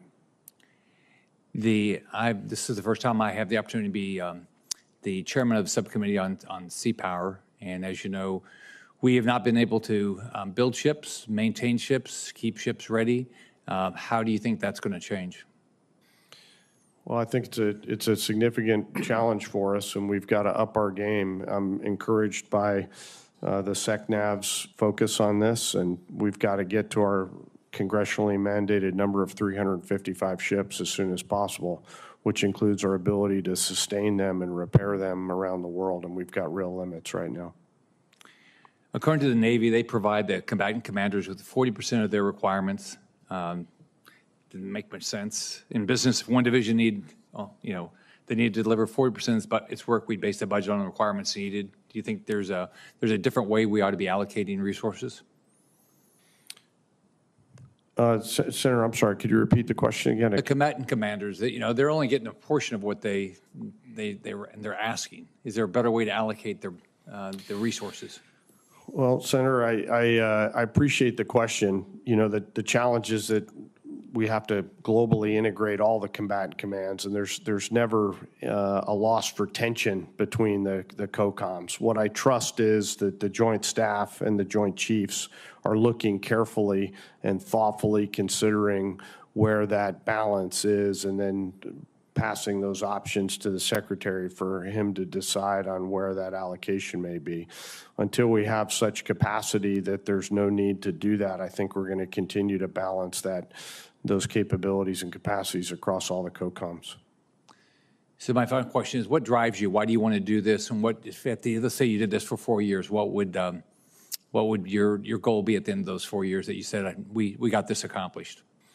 Well, Senator, doing my part to make sure that we have a safe and prosperous United States of America, that the military element of power has delivered the deterrence capability that we needed to, and we've taken care of our families and our force along the way. All right, thank you. You'll do a great job. Thank you, Senator. Thank you very much, Senator Mullen. Thank you, Chairman, and thank you, General, for wanting to step back into service. Your retirement didn't last too long, and the idea that you're willing to jump back and serve just speaks volume to the true inner spirit that you have. And I want to thank you for doing that. You have made a tremendous amount of sacrifice already, and you know, eyes wide open, what this job is going to entail.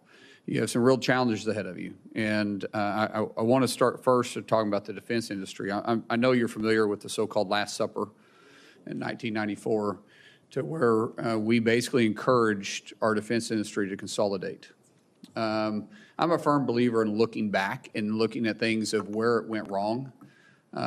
Because since then, our defense industry really hasn't been able to deliver on time and on budget on some of the most critical needs we have. We've seen from our planes in the air to our ships in the shipyards to the equipment that we're needing is constantly behind what we're needing. Today, when we ask for technology that's being used against us or that our adversaries have already may achieved, when we ask our defense industry to deliver, it's 5 to 7 years. If we're lucky, it's 3, and yet it's never on time. Now, you come from a unique position, being active, being reserve, and being in the private sector.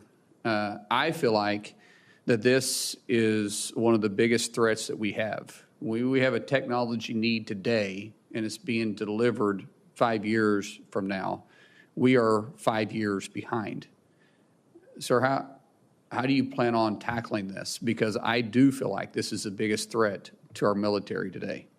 Well, Senator, I agree. It's a huge problem. Technology is evolving so quickly that every time we field capabilities, they're obsolete oftentimes when they hit the force, and that's not acceptable.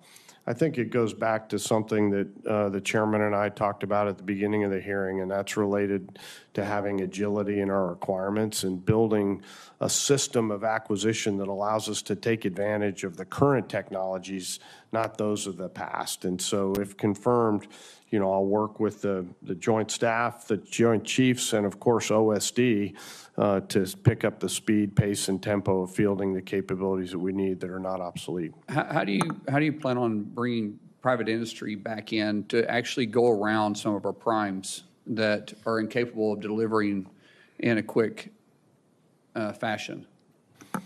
Well, Senator, I think we need a mix of both startups that are new entrants to the industry, but we also do need the primes. The answer is E, all of the above. There are components that the primes can only do, and we have to leverage that capability. And then there's a bunch of things that new entrants will do to move forward. So, you know, I think the answer is, as I mentioned, all of the above. I agree that the primes are important, but they have failed miserably on staying on budget and on time and being adequate to delivering today's needs. I don't like rewarding those that have not delivered on our adequately when we've asked. And we know that's been a problem. So holding them accountable is important. Now, I want to switch gears real quick about Afghanistan. It's deeply personal to me, and I know it is to you and anyone else that had the privilege of serving the nation in Afghanistan. But because of our disastrous withdrawal, I feel like there's a hesitation in our military and our military family to actually step forward and make that sacrifice again. I think there's a lot of doubt that the United States is able to stand behind what our first mission is, and then to be able to bring pride to those that sacrificed. With that brings a morale issue to those that are still serving, those with sometimes with the most experience in there. And I feel like we may be having a drain and knowledge of those that have sacrificed so much. How do you plan on retaining those and restoring that trust back in the military that says, hey, we got you. We're not going to leave you on the battlefield. We're not going to let your sacrifice die, but we're going to let you walk away with a tremendous amount of pride, knowing that your sacrifice meant something to this country. Well, Senator, I appreciate the question. I think that's one of our most important jobs as leaders, whether it be at the chairman level or all the way down to the platoon leader level, is inspiring those who serve, taking care of them always, but also making sure they know how much we appreciate them and their families and their service. But that doesn't address what happened. Well, Senator, you mean in Afghanistan? Yes. You know, that withdrawal was not what anyone would have wanted, very difficult circumstances. I think the officers on the ground did the best that they could with the policy decisions that were made. We mourn the loss of the 13 at Abbey Gate. And we have to hold those accountable if there was something for them to be held accountable for. And I know the department is looking into that. But again, most of those professional military officers were executing the direction and orders of policymakers above them. Thank you. General, is it accurate to say that Afghanistan was a forever war? I'm not sure what the doctrinal definition of a forever war is, but it certainly it was a long, long time. What was the engagement of NATO and American troops at the time of our disastrous withdrawal? Well, sir, I think there were still U.S. forces on the ground and still NATO forces on the ground. I'm not exactly sure what your question is. Were there casualties? At the very end, there were, yes, sir. Oh, no, in the last year before the disastrous withdrawal. There were no American casualties. Not that I'm aware of, sir. Yeah. Yes, sir. Thank you. Senator Gillibrand. Thank you, Mr. Chairman. Thank you, General Caine, for being here. Thank you for your family for their support of this appointment. Based on your understanding of relevant classification and authorities, do you believe that any of the information that was shared on the Signal chat was classified at the time it was sent, particularly the details about timing of the target and for the manned U.S. aircraft and other details related to the exact plan? Senator, I didn't see the original CONOP, as I mentioned earlier in my testimony. I think we should always preserve the element of surprise, and that's a key and essential thing that we owe our warfighters. What would you have done if you were on that text chain? Well, I wasn't, and I think that was a political partisan text chain with policymakers at the political level only. So I can't hypothetically guess what I would do, but I would not have. We would not have. I wouldn't call that a political or partisan text chain. It had the head of intelligence, it had the head of the CIA, it had our Secretary of Defense, it had the national security top advisors for the president. And to share that type of information from a military perspective, I can't imagine if a subordinate of yours shared that type of military information in an unclassified setting, such as a Signal text chain, they would be fired, would they not? Well, Senator, as I mentioned earlier, I think, the chairman and ranking member have called for an investigation. And so I feel like it's appropriate for me to withhold comment until such time that it's either determined that there will be an investigation or not. Well, what would you do in a different scenario if you see classified information or war plans information or tactical information on an unclassified chain? What would you do to stop the conversation? Well, I think I would weigh in and stop it if I was a part of it, but in this case, I wasn't. Thank you. The worldwide proliferation of unmanned aerial systems is an undeniable national security threat, creating challenges in both funding and capability. How do you believe the department and joint force should approach these two challenges of funding and capability? Well, Senator, it's definitely a big challenge in front of us. The mass and simultaneity of especially small UASs is one that is concerning to me, both from a technical standpoint, but also from a policy standpoint. As I'm sure you're aware, we have somewhat limited capabilities in some cases inside the domestic U.S. to stop some of these UASs. I think we have to continue to fund the research and development to counter them. Well, let's make it more direct to you.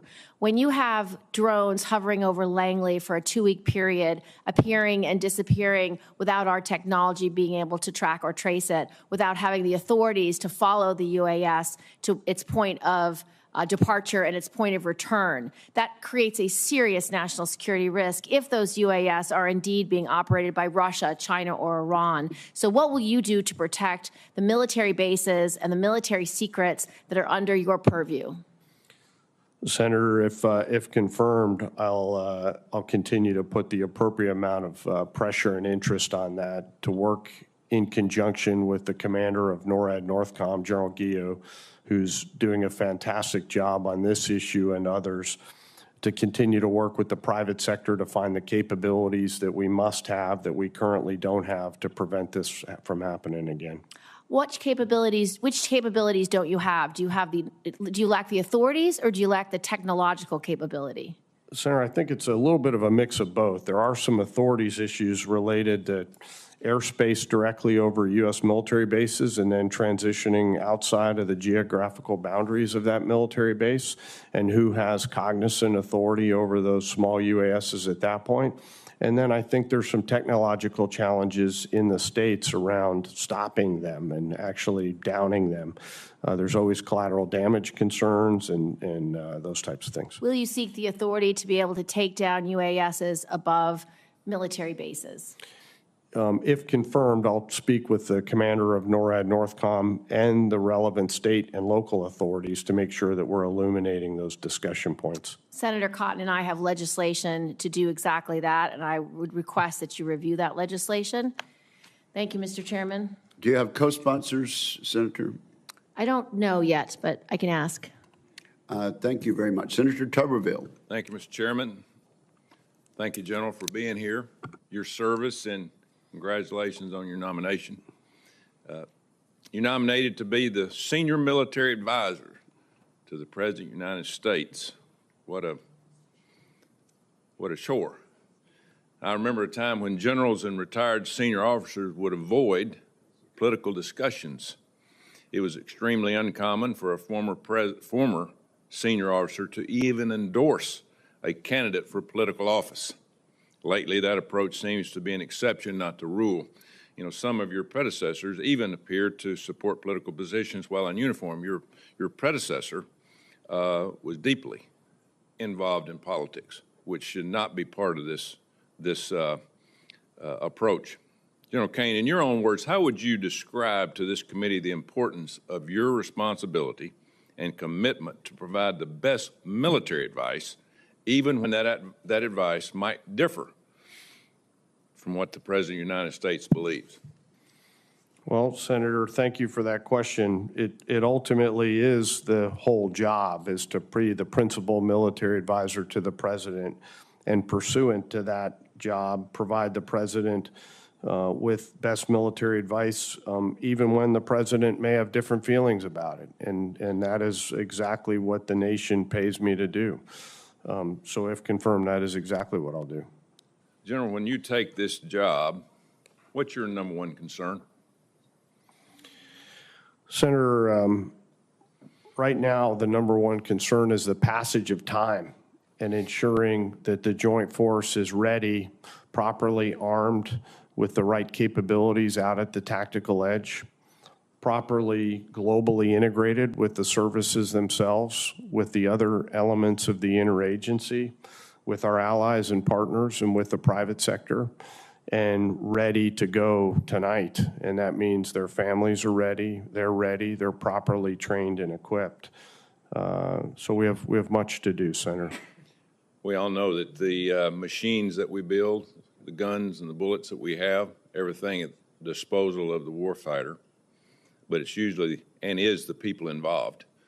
Our recruiting has much improved in the last couple of months. What do you see your role as an advisor to the President in recruiting for all of our military?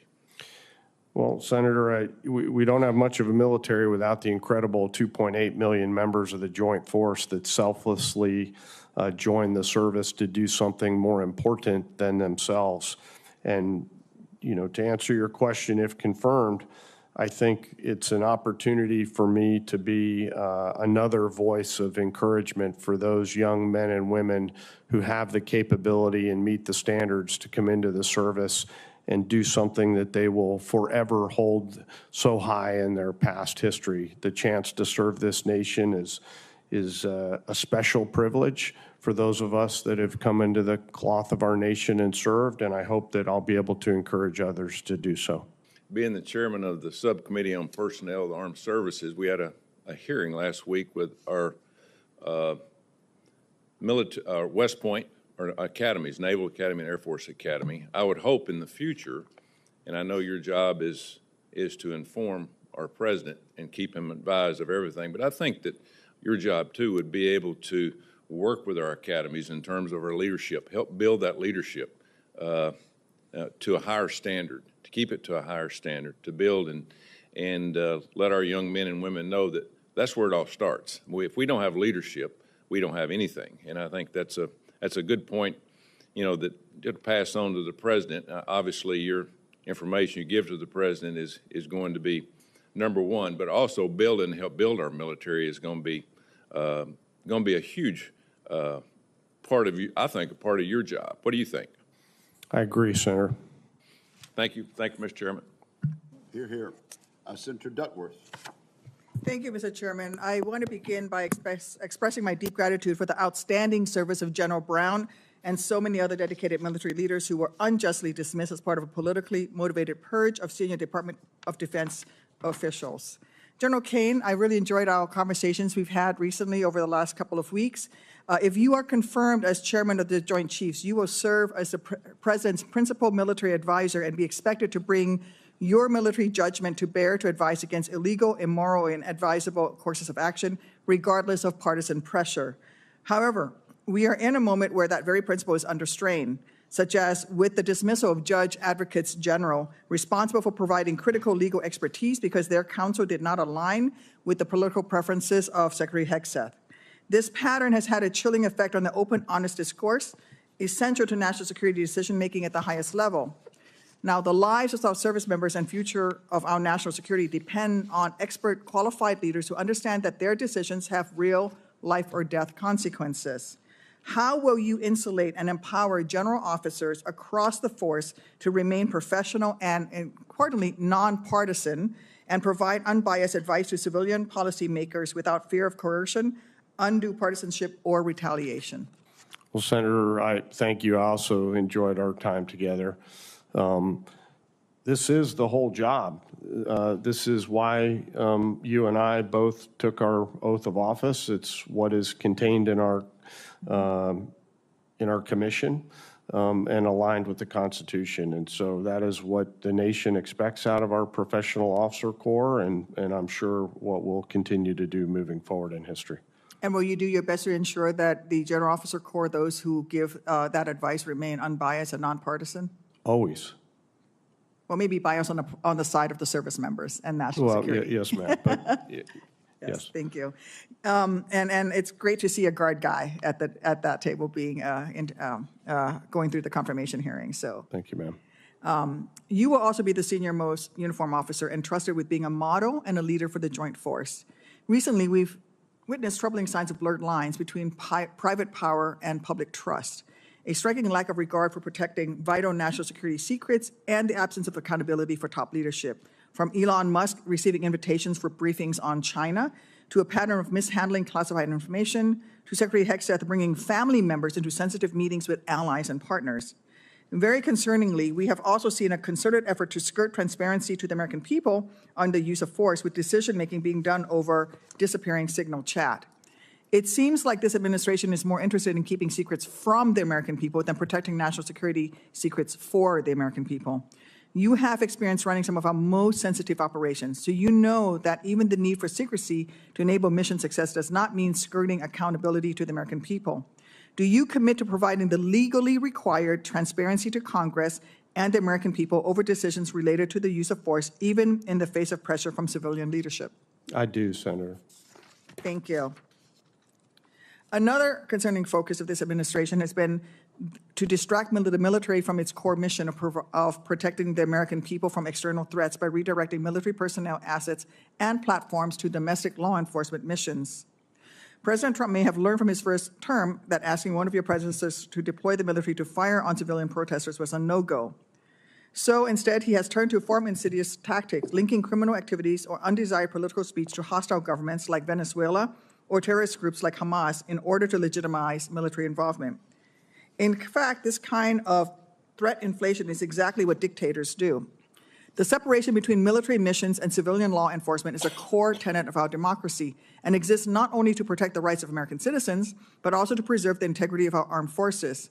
When military personnel are thrust into law enforcement missions, it places them at risk of moral injury, of being asked to enforce partisan concerns rather than to defend the nation. It compromises not just their mission, but their conscience. What steps will you take to ensure that U.S. military personnel or assets are not inappropriately used in law enforcement capacities that distract the military from its core mission, undermine readiness, and threaten public trust?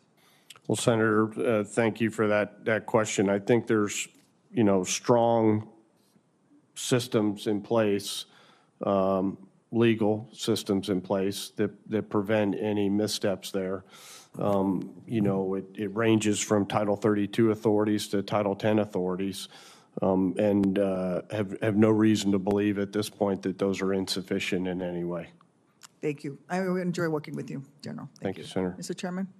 Thank you very much, Senator. Senator Sullivan. Thank you, Mr. Chairman. I want to begin by agreeing with our ranking member and others, you, Lieutenant General Caine, on commending General C.Q. Brown for his exceptional 4 decades of service. I fully agree with the accolades he's receiving in this committee and wish him and his family the best. I've served under, met with hundreds of flag officers in my positions as a U.S. Senator, as a U.S. Marine, and I will say, General, I think you are one of the most impressive flag officers I've met with, and I don't say that lightly. Like I said, I've met with hundreds. I think it's the combination of all the experiences, to Senator Duckworth's point, Guard, Reserve, private sector. I mean, you're bringing a lot in here, and I think that's going to be very, very important. I do want to touch on this topic that we're playing up a lot here on keeping politics out of our military. I couldn't agree more with that. I think it's really important. Big part of my career here. I've tried to make sure that happens. But I will say, we're not talking about what just happened the last 4 years. I think the military was politicized in a huge way, particularly from the civilian leaders who were pushing left-wing theories on the military, pushing climate change over shipbuilding. The Undersecretary for Policy came before this committee and told us that our military is, quote, systemically racist. It's ridiculous, right? Do you believe our military is systemically racist? Is that what you saw in your 30-plus years of service? No, Senator. So do you agree, just to make 100% sure, with the Secretary of Defense's testimony when he came here, that our military professionals, uniformed professionals, need to remain apolitical and committed to our Constitution, identified not as Republicans or Democrats, but warriors and leaders? Is that your commitment? It is, Senator. And will you commit to this committee to doing that? I will, Senator. Thank you. I'm not going to let this hearing go by without a famous quote from the father of the U.S. Air Force, Billy Mitchell, who was talking about a certain place in the world. He said, whoever controls this place controls the world. It is the most strategic place in the world. What place was Billy Mitchell talking about, General? Alaska. And sure. do you agree with Billy Mitchell's incredibly insightful analysis? Mitchell was a brilliant air power theorist. That's a yes, so yes, I sir. assume you're Yes, sir. saying? Yes, sir. Okay, well, look, our adversaries agree. You and I talked about this in my office. Again, I appreciate the hearing. We've had huge incursions, huge number of incursions in the last 2 years. Russian, Chinese, joint Russian-Chinese strategic bomber task forces into our AIDAs, joint Russian-Chinese naval task forces into our EEZ up in Alaska. We are on the front lines of great power competition with regard to our adversaries. You and I talked about infrastructure in Alaska for our military. The president, after his election, said we will ensure Alaska gets even more defense investments as we rebuild our military, especially as Russia and China are making menacing moves in the North Pacific. That's from the commander-in-chief. The Indo-PACOM commander, NORTHCOM commander recently said that this very vital naval base, former naval base in Adak, is a former sub base, air base, huge fuel depot, one of the biggest fuel depots for our Navy in the world. We have a Navy team there right now, this week, looking at reopening that. Can I get your commitment to work with this committee and me on infrastructure that can protect our northern flank, because as the NORTHCOM commander recently testified, these incursions are only going to increase. Yes, sir. Let me talk about another issue. It doesn't come up a lot. You talked about urgent action, reform to go faster with greater efficiency. I think one of our unsung success stories in this regard is 8A contractors working with the Department of Defense.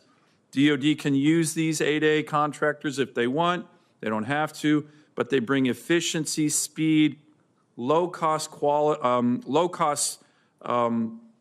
contracts and quality services. I saw a recent example of a integrated request from DOD to have a wheeled vehicle that can put a Harpoon anti-ship system on it.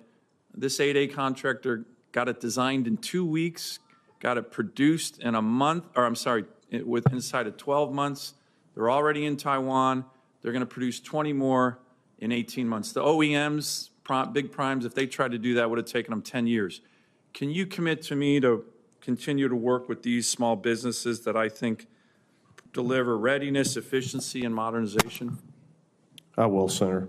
Thank you. Thank you, Mr. Chairman. Thank you, Senator Sullivan. Without objection, that chart will be Thank you, Mr. Chairman. copied into the record. Senator Razin. Well, thank you, Chairman Wicker, Ranking Member Reid, for holding this hearing.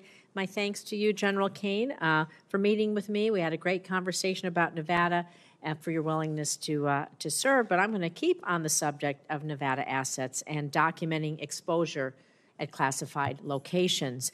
And so from your time as the Director of Special Access Programs and from your own experience serving at a data mass location, a duty station whose location and existence is classified, you're familiar with the delicate balance between protecting sensitive information and ensuring that service members' records actually reflect their service-connected injuries at those sensitive or data mass locations. And so I've heard from constituents who served at such locations like the Nevada Test and Training Range who believe they were exposed to radiation from our days of conducting explosive nuclear weapons testing and to burn pits which dispose of classified waste.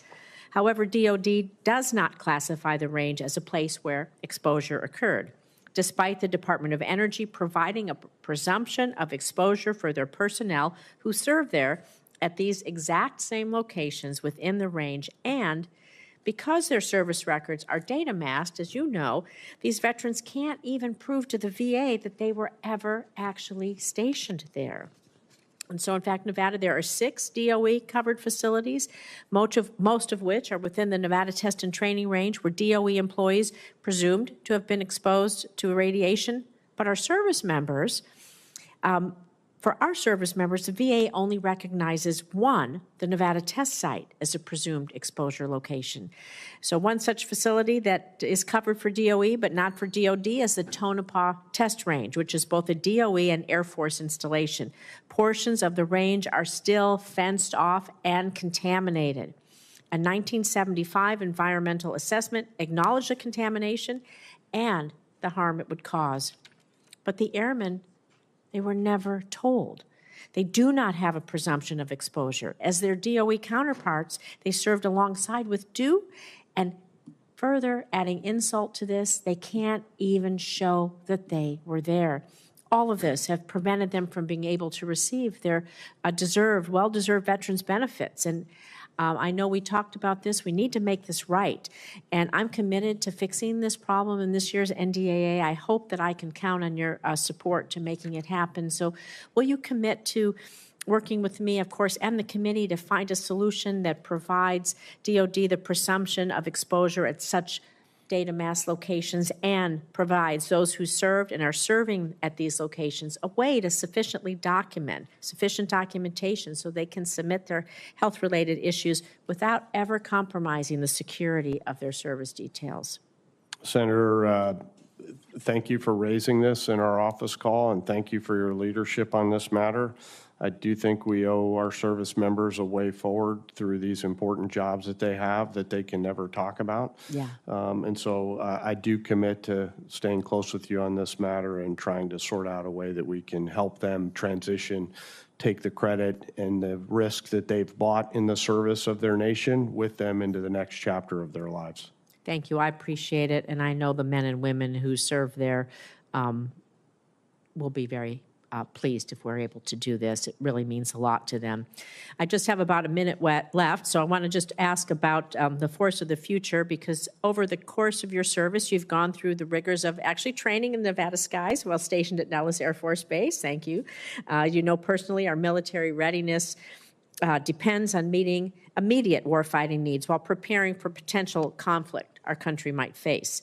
It requires evolving and changing how we train to fight, which is one of the reasons I fought so hard to make sure Nevada's military training ranges are modernized, keeping pace with emerging threats. So if confirmed, how would you prioritize investments in readiness, in modernization, in force structure, so especially in these emerging domains like cyber warfare and AI? Well, Senator, we've got to train to the realistic threat in order to ensure that we're prepared if we ever do go into conflict. Part of that is making sure that our training ranges, either live, virtual, or constructive, accurately replicate the threat so that our warfighters can train to the realistic threat. And I think we still have some work to do, both in our physical ranges and in our virtual ranges. And if confirmed, that'll be an area along the readiness line of effort that I spend some time on. Thank you. I look forward to working with you on that. Thank you, Mr. Chair. Thank you, sir. Thank you, Senator Razin. Senator Budd. Thank you, Chairman. General, it's good to see you again. Thanks for your willingness to serve. Enjoyed our meeting in your, my office last week. It was a great discussion.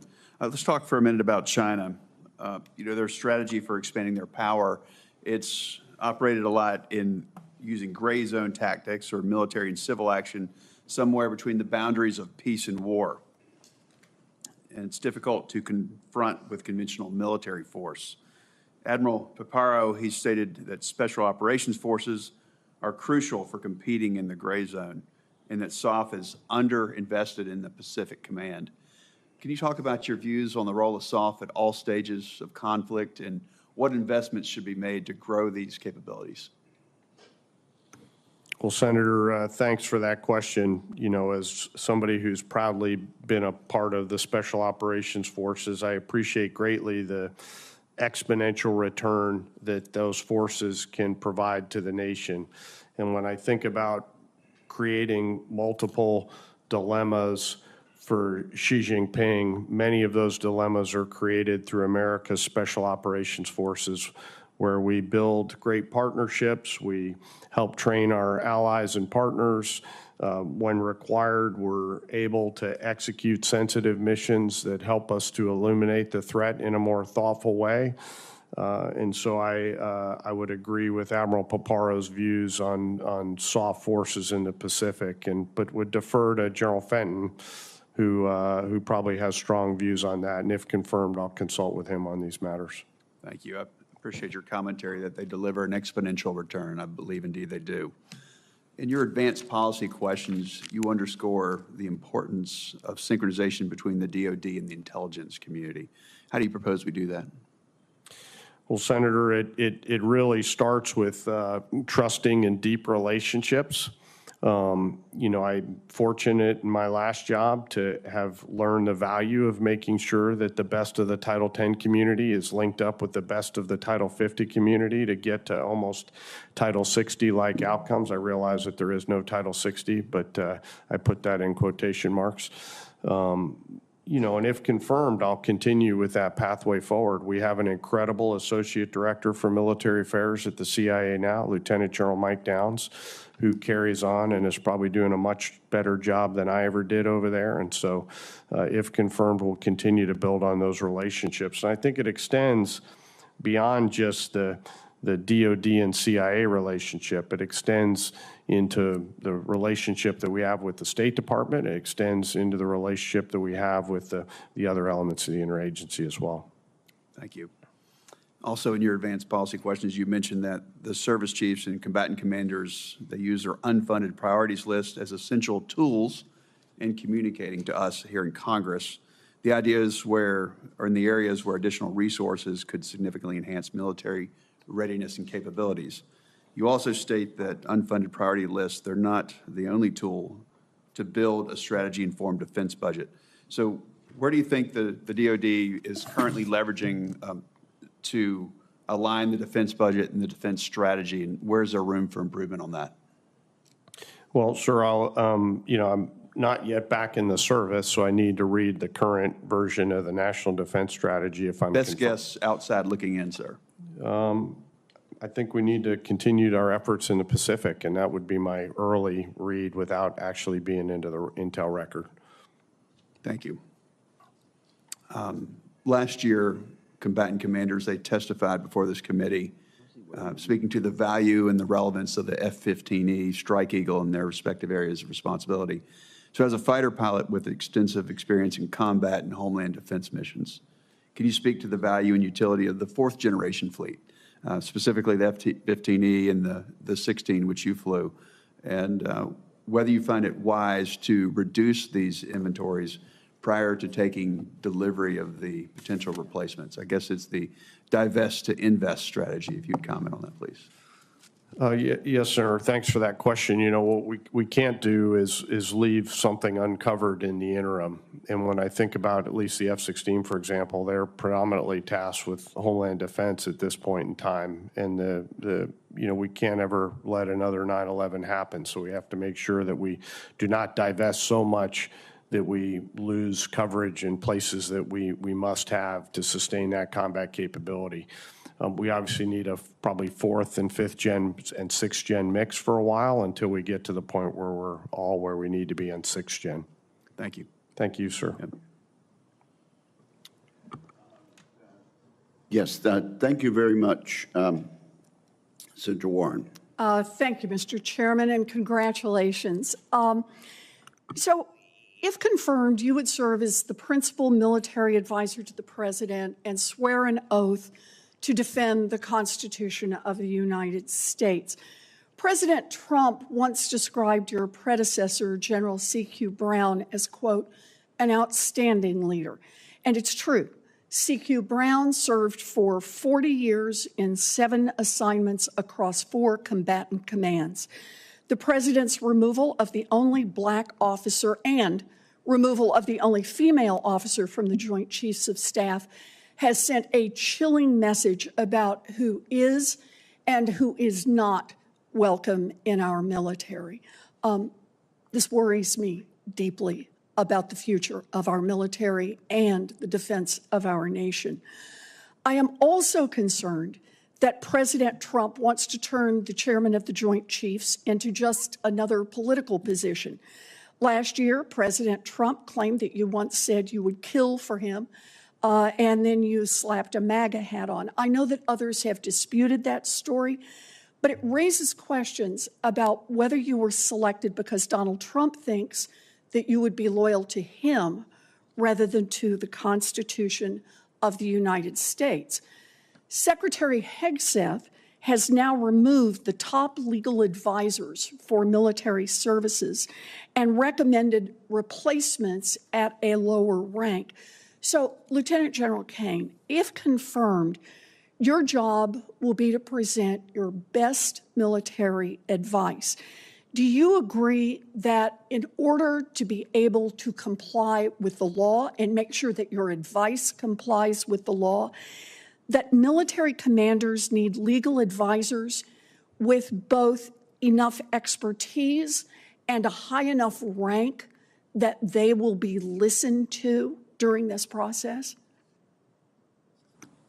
I do, Senator. I know I've always had great legal advice regardless of what rank they were, but I do agree.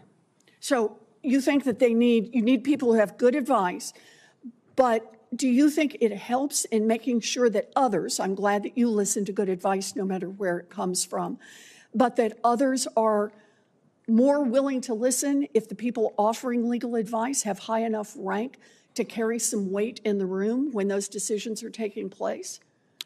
I do, Senator, although as I mentioned, I've sincerely had great legal advice from 05s to 07s, and I think it's the human, the officer, and their professionalism and intellect versus what rank they have. I do appreciate the efforts to ask the question about what rank they should be, but would defer to the secretary on what rank he would want them to be. I have to say that gives me some real concern, because the whole point of elevating the rank was the concern that not enough people were listening to good legal advice. And while I appreciate that you say you listen, we need people to listen who are making decisions up and down the line. I understand, Lieutenant General Caine, that the circumstances of your nomination are beyond your control, but they also place a significant burden on you to show leadership, to restore public confidence in the military, and to show that you work for the American people. I've long been concerned by senior Pentagon leaders who trade on their time in public service to cash out afterwards to work for defense contractors. And that is why during his confirmation hearing, General Brown agreed that he would not become a lobbyist or join the board of a defense contractor after he resigned. Lieutenant General Caine, are you willing to demonstrate that you're taking this job to serve the American people and commit that after you leave this job, you will not work for any major defense contractors or companies that are affected by your official actions? Senator, for myself, I've got no intent to do so. Okay, so you can commit to that. Yes, sir, it's not my intent. President Trump's removal of highly qualified and talented military leaders is a permanent stain on this nation's history, as well as a blow to our ability to recruit the force that we need to compete with China. If confirmed, you will have an important responsibility to show the American people that you will defend our nation with integrity, that you will follow the law, and that you will lead our men and women in uniform with integrity. Thank you. Thank you, Mr. Chairman. Thank you. Thank you very much, Senator. We'll now move to Senator Schmidt. Thank you, Mr. Chairman. It's good to see you again, General. Congratulations. I think you've, well, let me first start by saying, I think the people who talk the most about making sure you give advice to President Trump have no experience with President Trump, and interpersonally, I should say. And he does seek out advice among a lot of people, and I think that your background and your experience will be invaluable to him as he asks tough questions and you give honest advice as you've committed here today. And so anyway, I think the dynamic's going to be great. I think your background and experience really prepare you very well for this important role. So I wanted to ask you about a couple of things where I think that your experience will play an important role in specific decisions. So this great powers competition that we are, with China. I was really happy to see President Trump and Secretary Hegseth move quickly on NGAD and not just deciding that we were going to move forward with next generation air dominance, but actually selecting the F-47 so we can move forward on this. I think that was a bold stroke of leadership and decisiveness that we need right now. That aircraft will see further, go faster, carry bigger payloads, which matter a lot in the Indo-Pacific. And with your experience, I know that you can appreciate that. But one of the big challenges we have, has been mentioned by a few already, is just the inability for us to go from point A to point B. When we recognize a problem, how do we solve the problem? We're just, everyone recognizes it's an issue. And I guess, but we haven't made a whole lot of progress up until this point. I believe there is a commitment to do something about it. You and I talked about this at our office. In your view, what would we do differently if we were at war right now? Like if we actually, live rounds, right? We're at war. What would we do differently than we're doing right now on the procurement side and the execution side? Well, Senator, thanks for the question. The chairman's bill builds on a book that was written about the defense industrial base back in the mid-30s. And I think if we were, in a gunfight at this point in time, we'd be doing a lot more with a greater sense of urgency than we probably have right now. And if I'm confirmed, I'll carry that sense of urgency that I think we share into the department and into the joint force to make sure that we do not end up in a case where our young warfighters do not have the kit that they need prior to them needing it. Yeah, that overwhelming force that we need to have, that advantage that we have is just critical. And the concern that I have is that we talk a lot about it, but we have to move forward on this. We have to move forward. So again, before I run out of time, again, your experience, varied experience in the military and now outside, I think give you a glimpse of one of the challenges that we face too. So Missouri, this is sort of a Missouri asset here, is the home to Whiteman Air Force Base, which is more broadly known as the home of the B-2 stealth bomber and soon to be the B-21. But the 442nd Fighter Wing is also there. And the 442nd Fighter Wing, like many of these units, punch above its weight class, has flown the A-10 in combat missions for decades. The A-10 is going away. And I think there's a frustration that there hasn't been a follow-on mission named here. And we talked about this in my office, and there's opportunities, whether it's in the short term, you know, the F-15E and eventually the F-15EX. The real danger is that because we've delayed these decisions, these experienced maintainers and pilots, they go somewhere else, right? They just don't have the certainty of knowing that there's going to be a follow-on mission. Will you work with my office and the folks that are responsible for these decisions? We just have to start making these decisions more decisively and timely. And I think that Whiteman stands right in the front of that line. Sure, I will, but I want to make sure I bring the Air Force leadership into that conversation as well. I've got very little throw weight on those decisions. No, I know, but you're going to be in an important spot, and I think recognizing strategically that this is important, and we've had conversations with the Air Force about this as well. I guess with the last remaining seconds I have, I'll just sort of your view of this great powers competition with China. What are some things that we need to get better at? What are some things that we need to do to prepare for the end as we shift and pivot to Asia, as so many people talked about in the Indo-Pacific? Sure, that's with deep respect for the question. That's a pretty big question. What's the most important thing? The one thing. Probably taking advantage of the time that we have, as I mentioned earlier in my testimony, making sure that we're moving with the speed, precision, sense of urgency to get the kit that we need.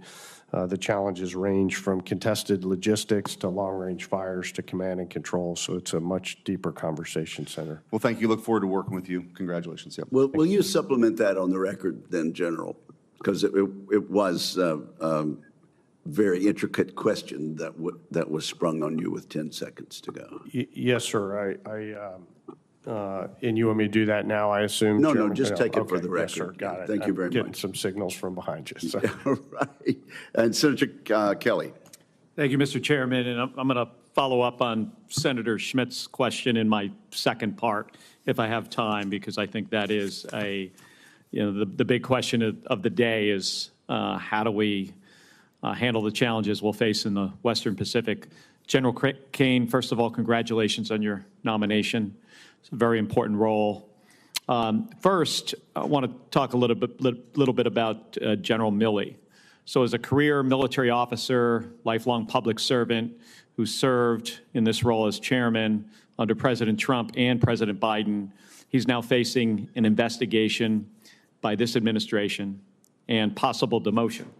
This is allegedly because he, in coordination with the then Secretary of Defense, Mark Esper, made phone calls to Chinese military officials to reassure them that the United States was not going to launch an attack, preventing unnecessary conflict.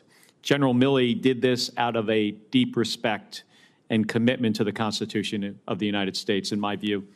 I asked about this in my office when we met privately, but I want to ask in this public setting.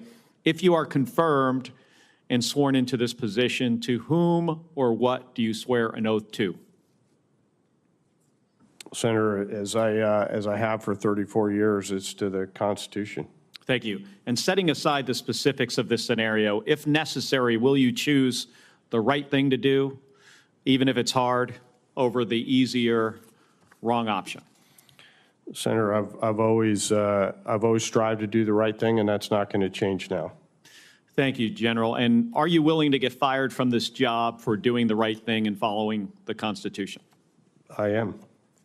Thank you, General. So back to what Senator Schmidt was getting at, part of what he wanted to discuss. So I want to switch gears here and go back to Indo-PACOM, force projection, repositioning of forces, and resource requirements. I think you mentioned Transcom. They play a pivotal role in projecting forces from the United States into Indo-PACOM. And that's why I'm reintroducing the Ships for America Act, which is a bipartisan bill aimed at strengthening our commercial shipping base, which would have the added benefit of giving our combatant commanders additional sea lift capability so we can rapidly respond in crisis and in conflict. If confirmed, what will you recommend to the Secretary of Defense and the President to ensure our industrial shipbuilding base, from forging supply chains and production, are ready for competition in crisis? Well, Senator, I'm not in the job yet, and I'm not back in the service yet, but if confirmed, I'd like to take that one for study and come back to you. It's as you know, it's a logistical problem to look at it. One last topic. I want to talk about efforts across the department to modernize our acquisition process. And this is a topic that I'm focused on as the co-chair of the Defense Modernization Caucus.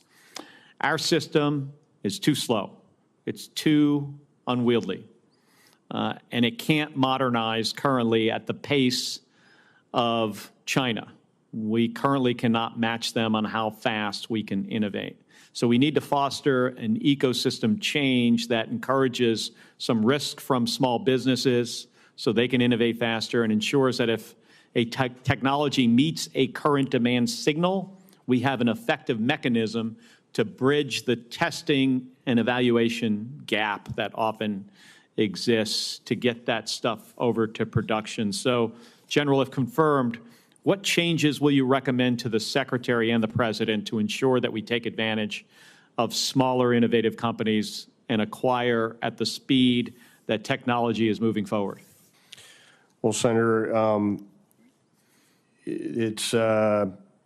we've got to have everyone weighing in, small businesses, new entrants, and even the primes.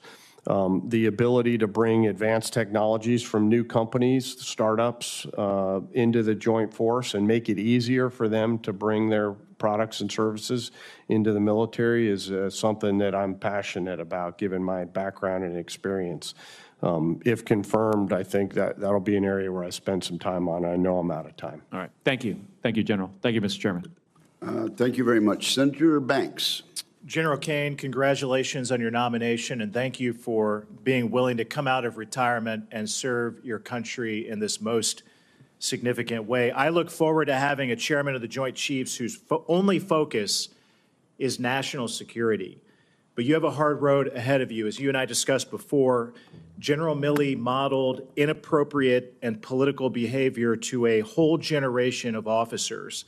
And it's why I fully support President Trump's decision to relieve General C.Q. Brown and the unconventional decision to go beyond the usual four-star choices and pick an outsider like you for this most important role.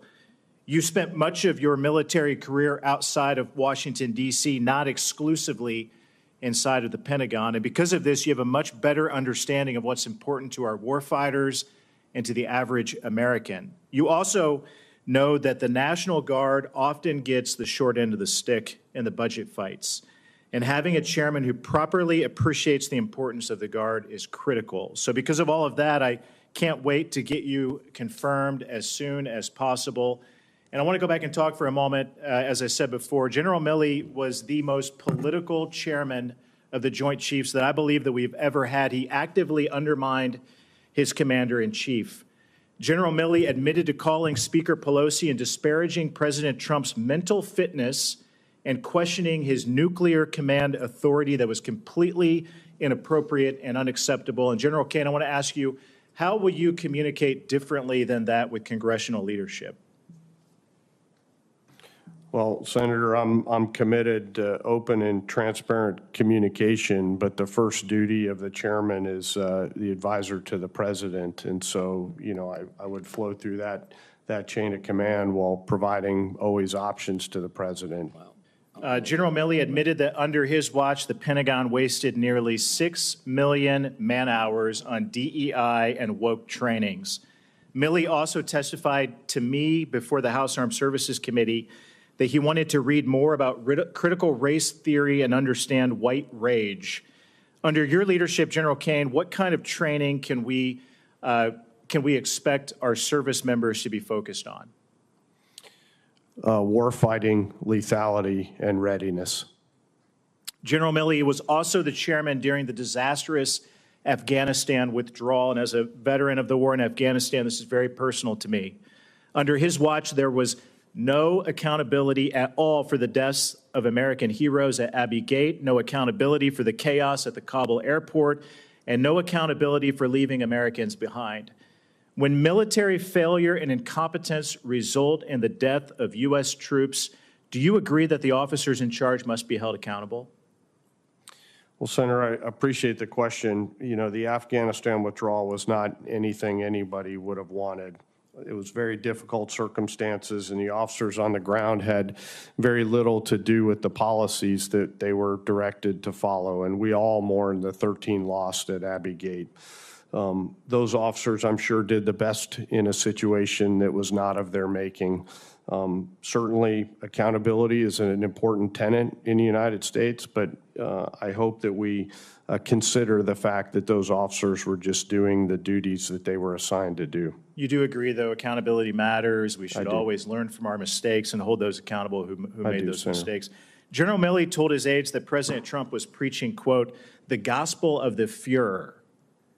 I asked General C.Q. Brown last year before the House Armed Services Committee if that was inappropriate, and even General C.Q. Brown agreed publicly under oath before that committee that that was a very inappropriate statement by General Milley. Do you agree with General Brown that the chairman of the Joint Chiefs should never disparage the commander-in-chief, the President of the United States of America? I do, Senator. When he was chairman, General Milley testified that he, quote, does interviews regularly with print media, books, documentaries, video on TV, end quote, because, quote, it is a part of a senior official's job. Milley also said he talked to the media 2, 3, 4 times a week. Do you think that's an appropriate use of the chairman's job? Senator, I just, if confirmed, I'll spend my time focused on the essential tasks in front of me. And my last question, General Milley promised Chinese generals without the president's knowledge that he'd warn them if the United States was about to attack. Do you think it's inappropriate or appropriate for the chairman of the Joint Chiefs of Staff to warn our greatest adversary when we're about to attack or what we might do? No, sir. Thank you. I yield back. Thank you. I guess that does it. No, Senator Slotkin. You're recognized. Thank you, Chairman. I apologize for being late. I just got off a plane. We've had some weather issues and some follow-up weather issues. I apologize. Congratulations. Happy to see you here. You're almost done. I'm between you and being done, so I'm aware of that. I just wanted to make sure we all are on the same page. The Goldwater-Nichols Act of 1986 is what established in law that the chairman is the principal military advisor to the president, also to the Secretary of Defense, the National Security Council. It mandates that you provide strategic direction to the armed forces, oversee strategic planning, program recommendations, budget proposals. It gives you a very big purview. And I think the President Trump even issued a memorandum on Inauguration Day that the chairman be a part of the National Security Council meetings at the highest level in the White House. So that's an extremely important role, especially now. We've talked, I've heard that other members talked about the fact that there was no joint chief representative in this signal chain about military operations, imminent military operations. And I want you in those rooms giving your best military advice to anyone. I was keenly aware that all the decision makers on that chain were all political appointees. There was not a single person there that was there just as a representative, as a military officer. There was no COCOM commander. There was nothing, and that I don't think missed anybody's notice.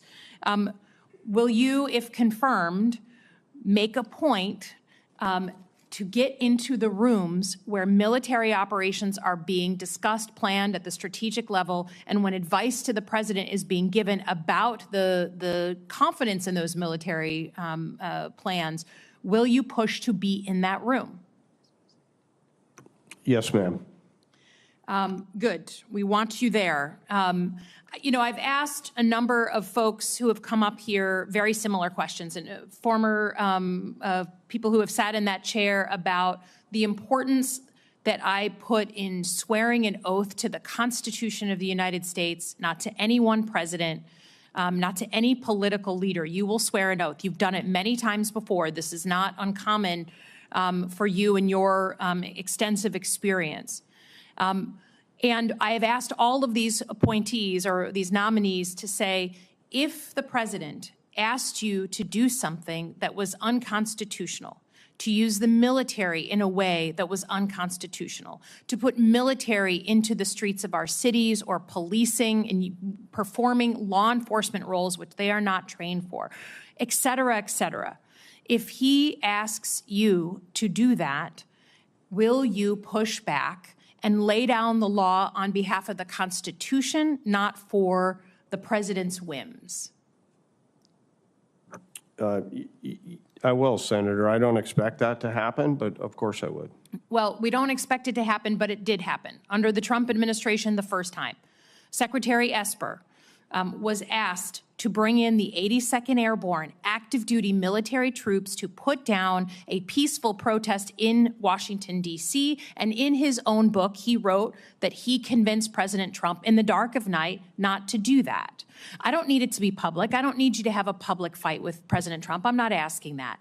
I'm asking, in the same exact situation, would you act honorably in the same way and protect the rules and of the road for the U.S. military, to protect the institution you've given your life for, and make sure that this country doesn't see their uniformed military as a political arm of any one party? Will you stand up and push back similarly to Secretary Esper? Senator, I think that's the duty and job that I have, yes. Well, I appreciate that. I think there's lots of other important work. We all want you to be focused on the warfighter. Can you confirm for me, though, because these reports that keep coming out of Department of Defense and uniformed military press outlets taking down Jackie Robinson's page on and his service to the country, the Tuskegee Airmen, which have such a connection to Detroit, Michigan, they're taken down, they're putting back up. Can you confirm that war heroes, no matter what their color, should be recognized by the Department of Defense, and it's not some damn DEI thing to recognize warriors of color? Ma'am, I think we should always recognize warriors, period. Okay, well, I hope you uphold that as this ridiculousness continues of taking people and erasing them from our military history. It's really, to me, offensive. But we look forward to you standing up for those good values. Thank you for your work, and I yield back. Thank you, Senator. And this concludes today's hearing. I want to thank our distinguished witness for his testimony. And without anything further, we are indeed adjourned.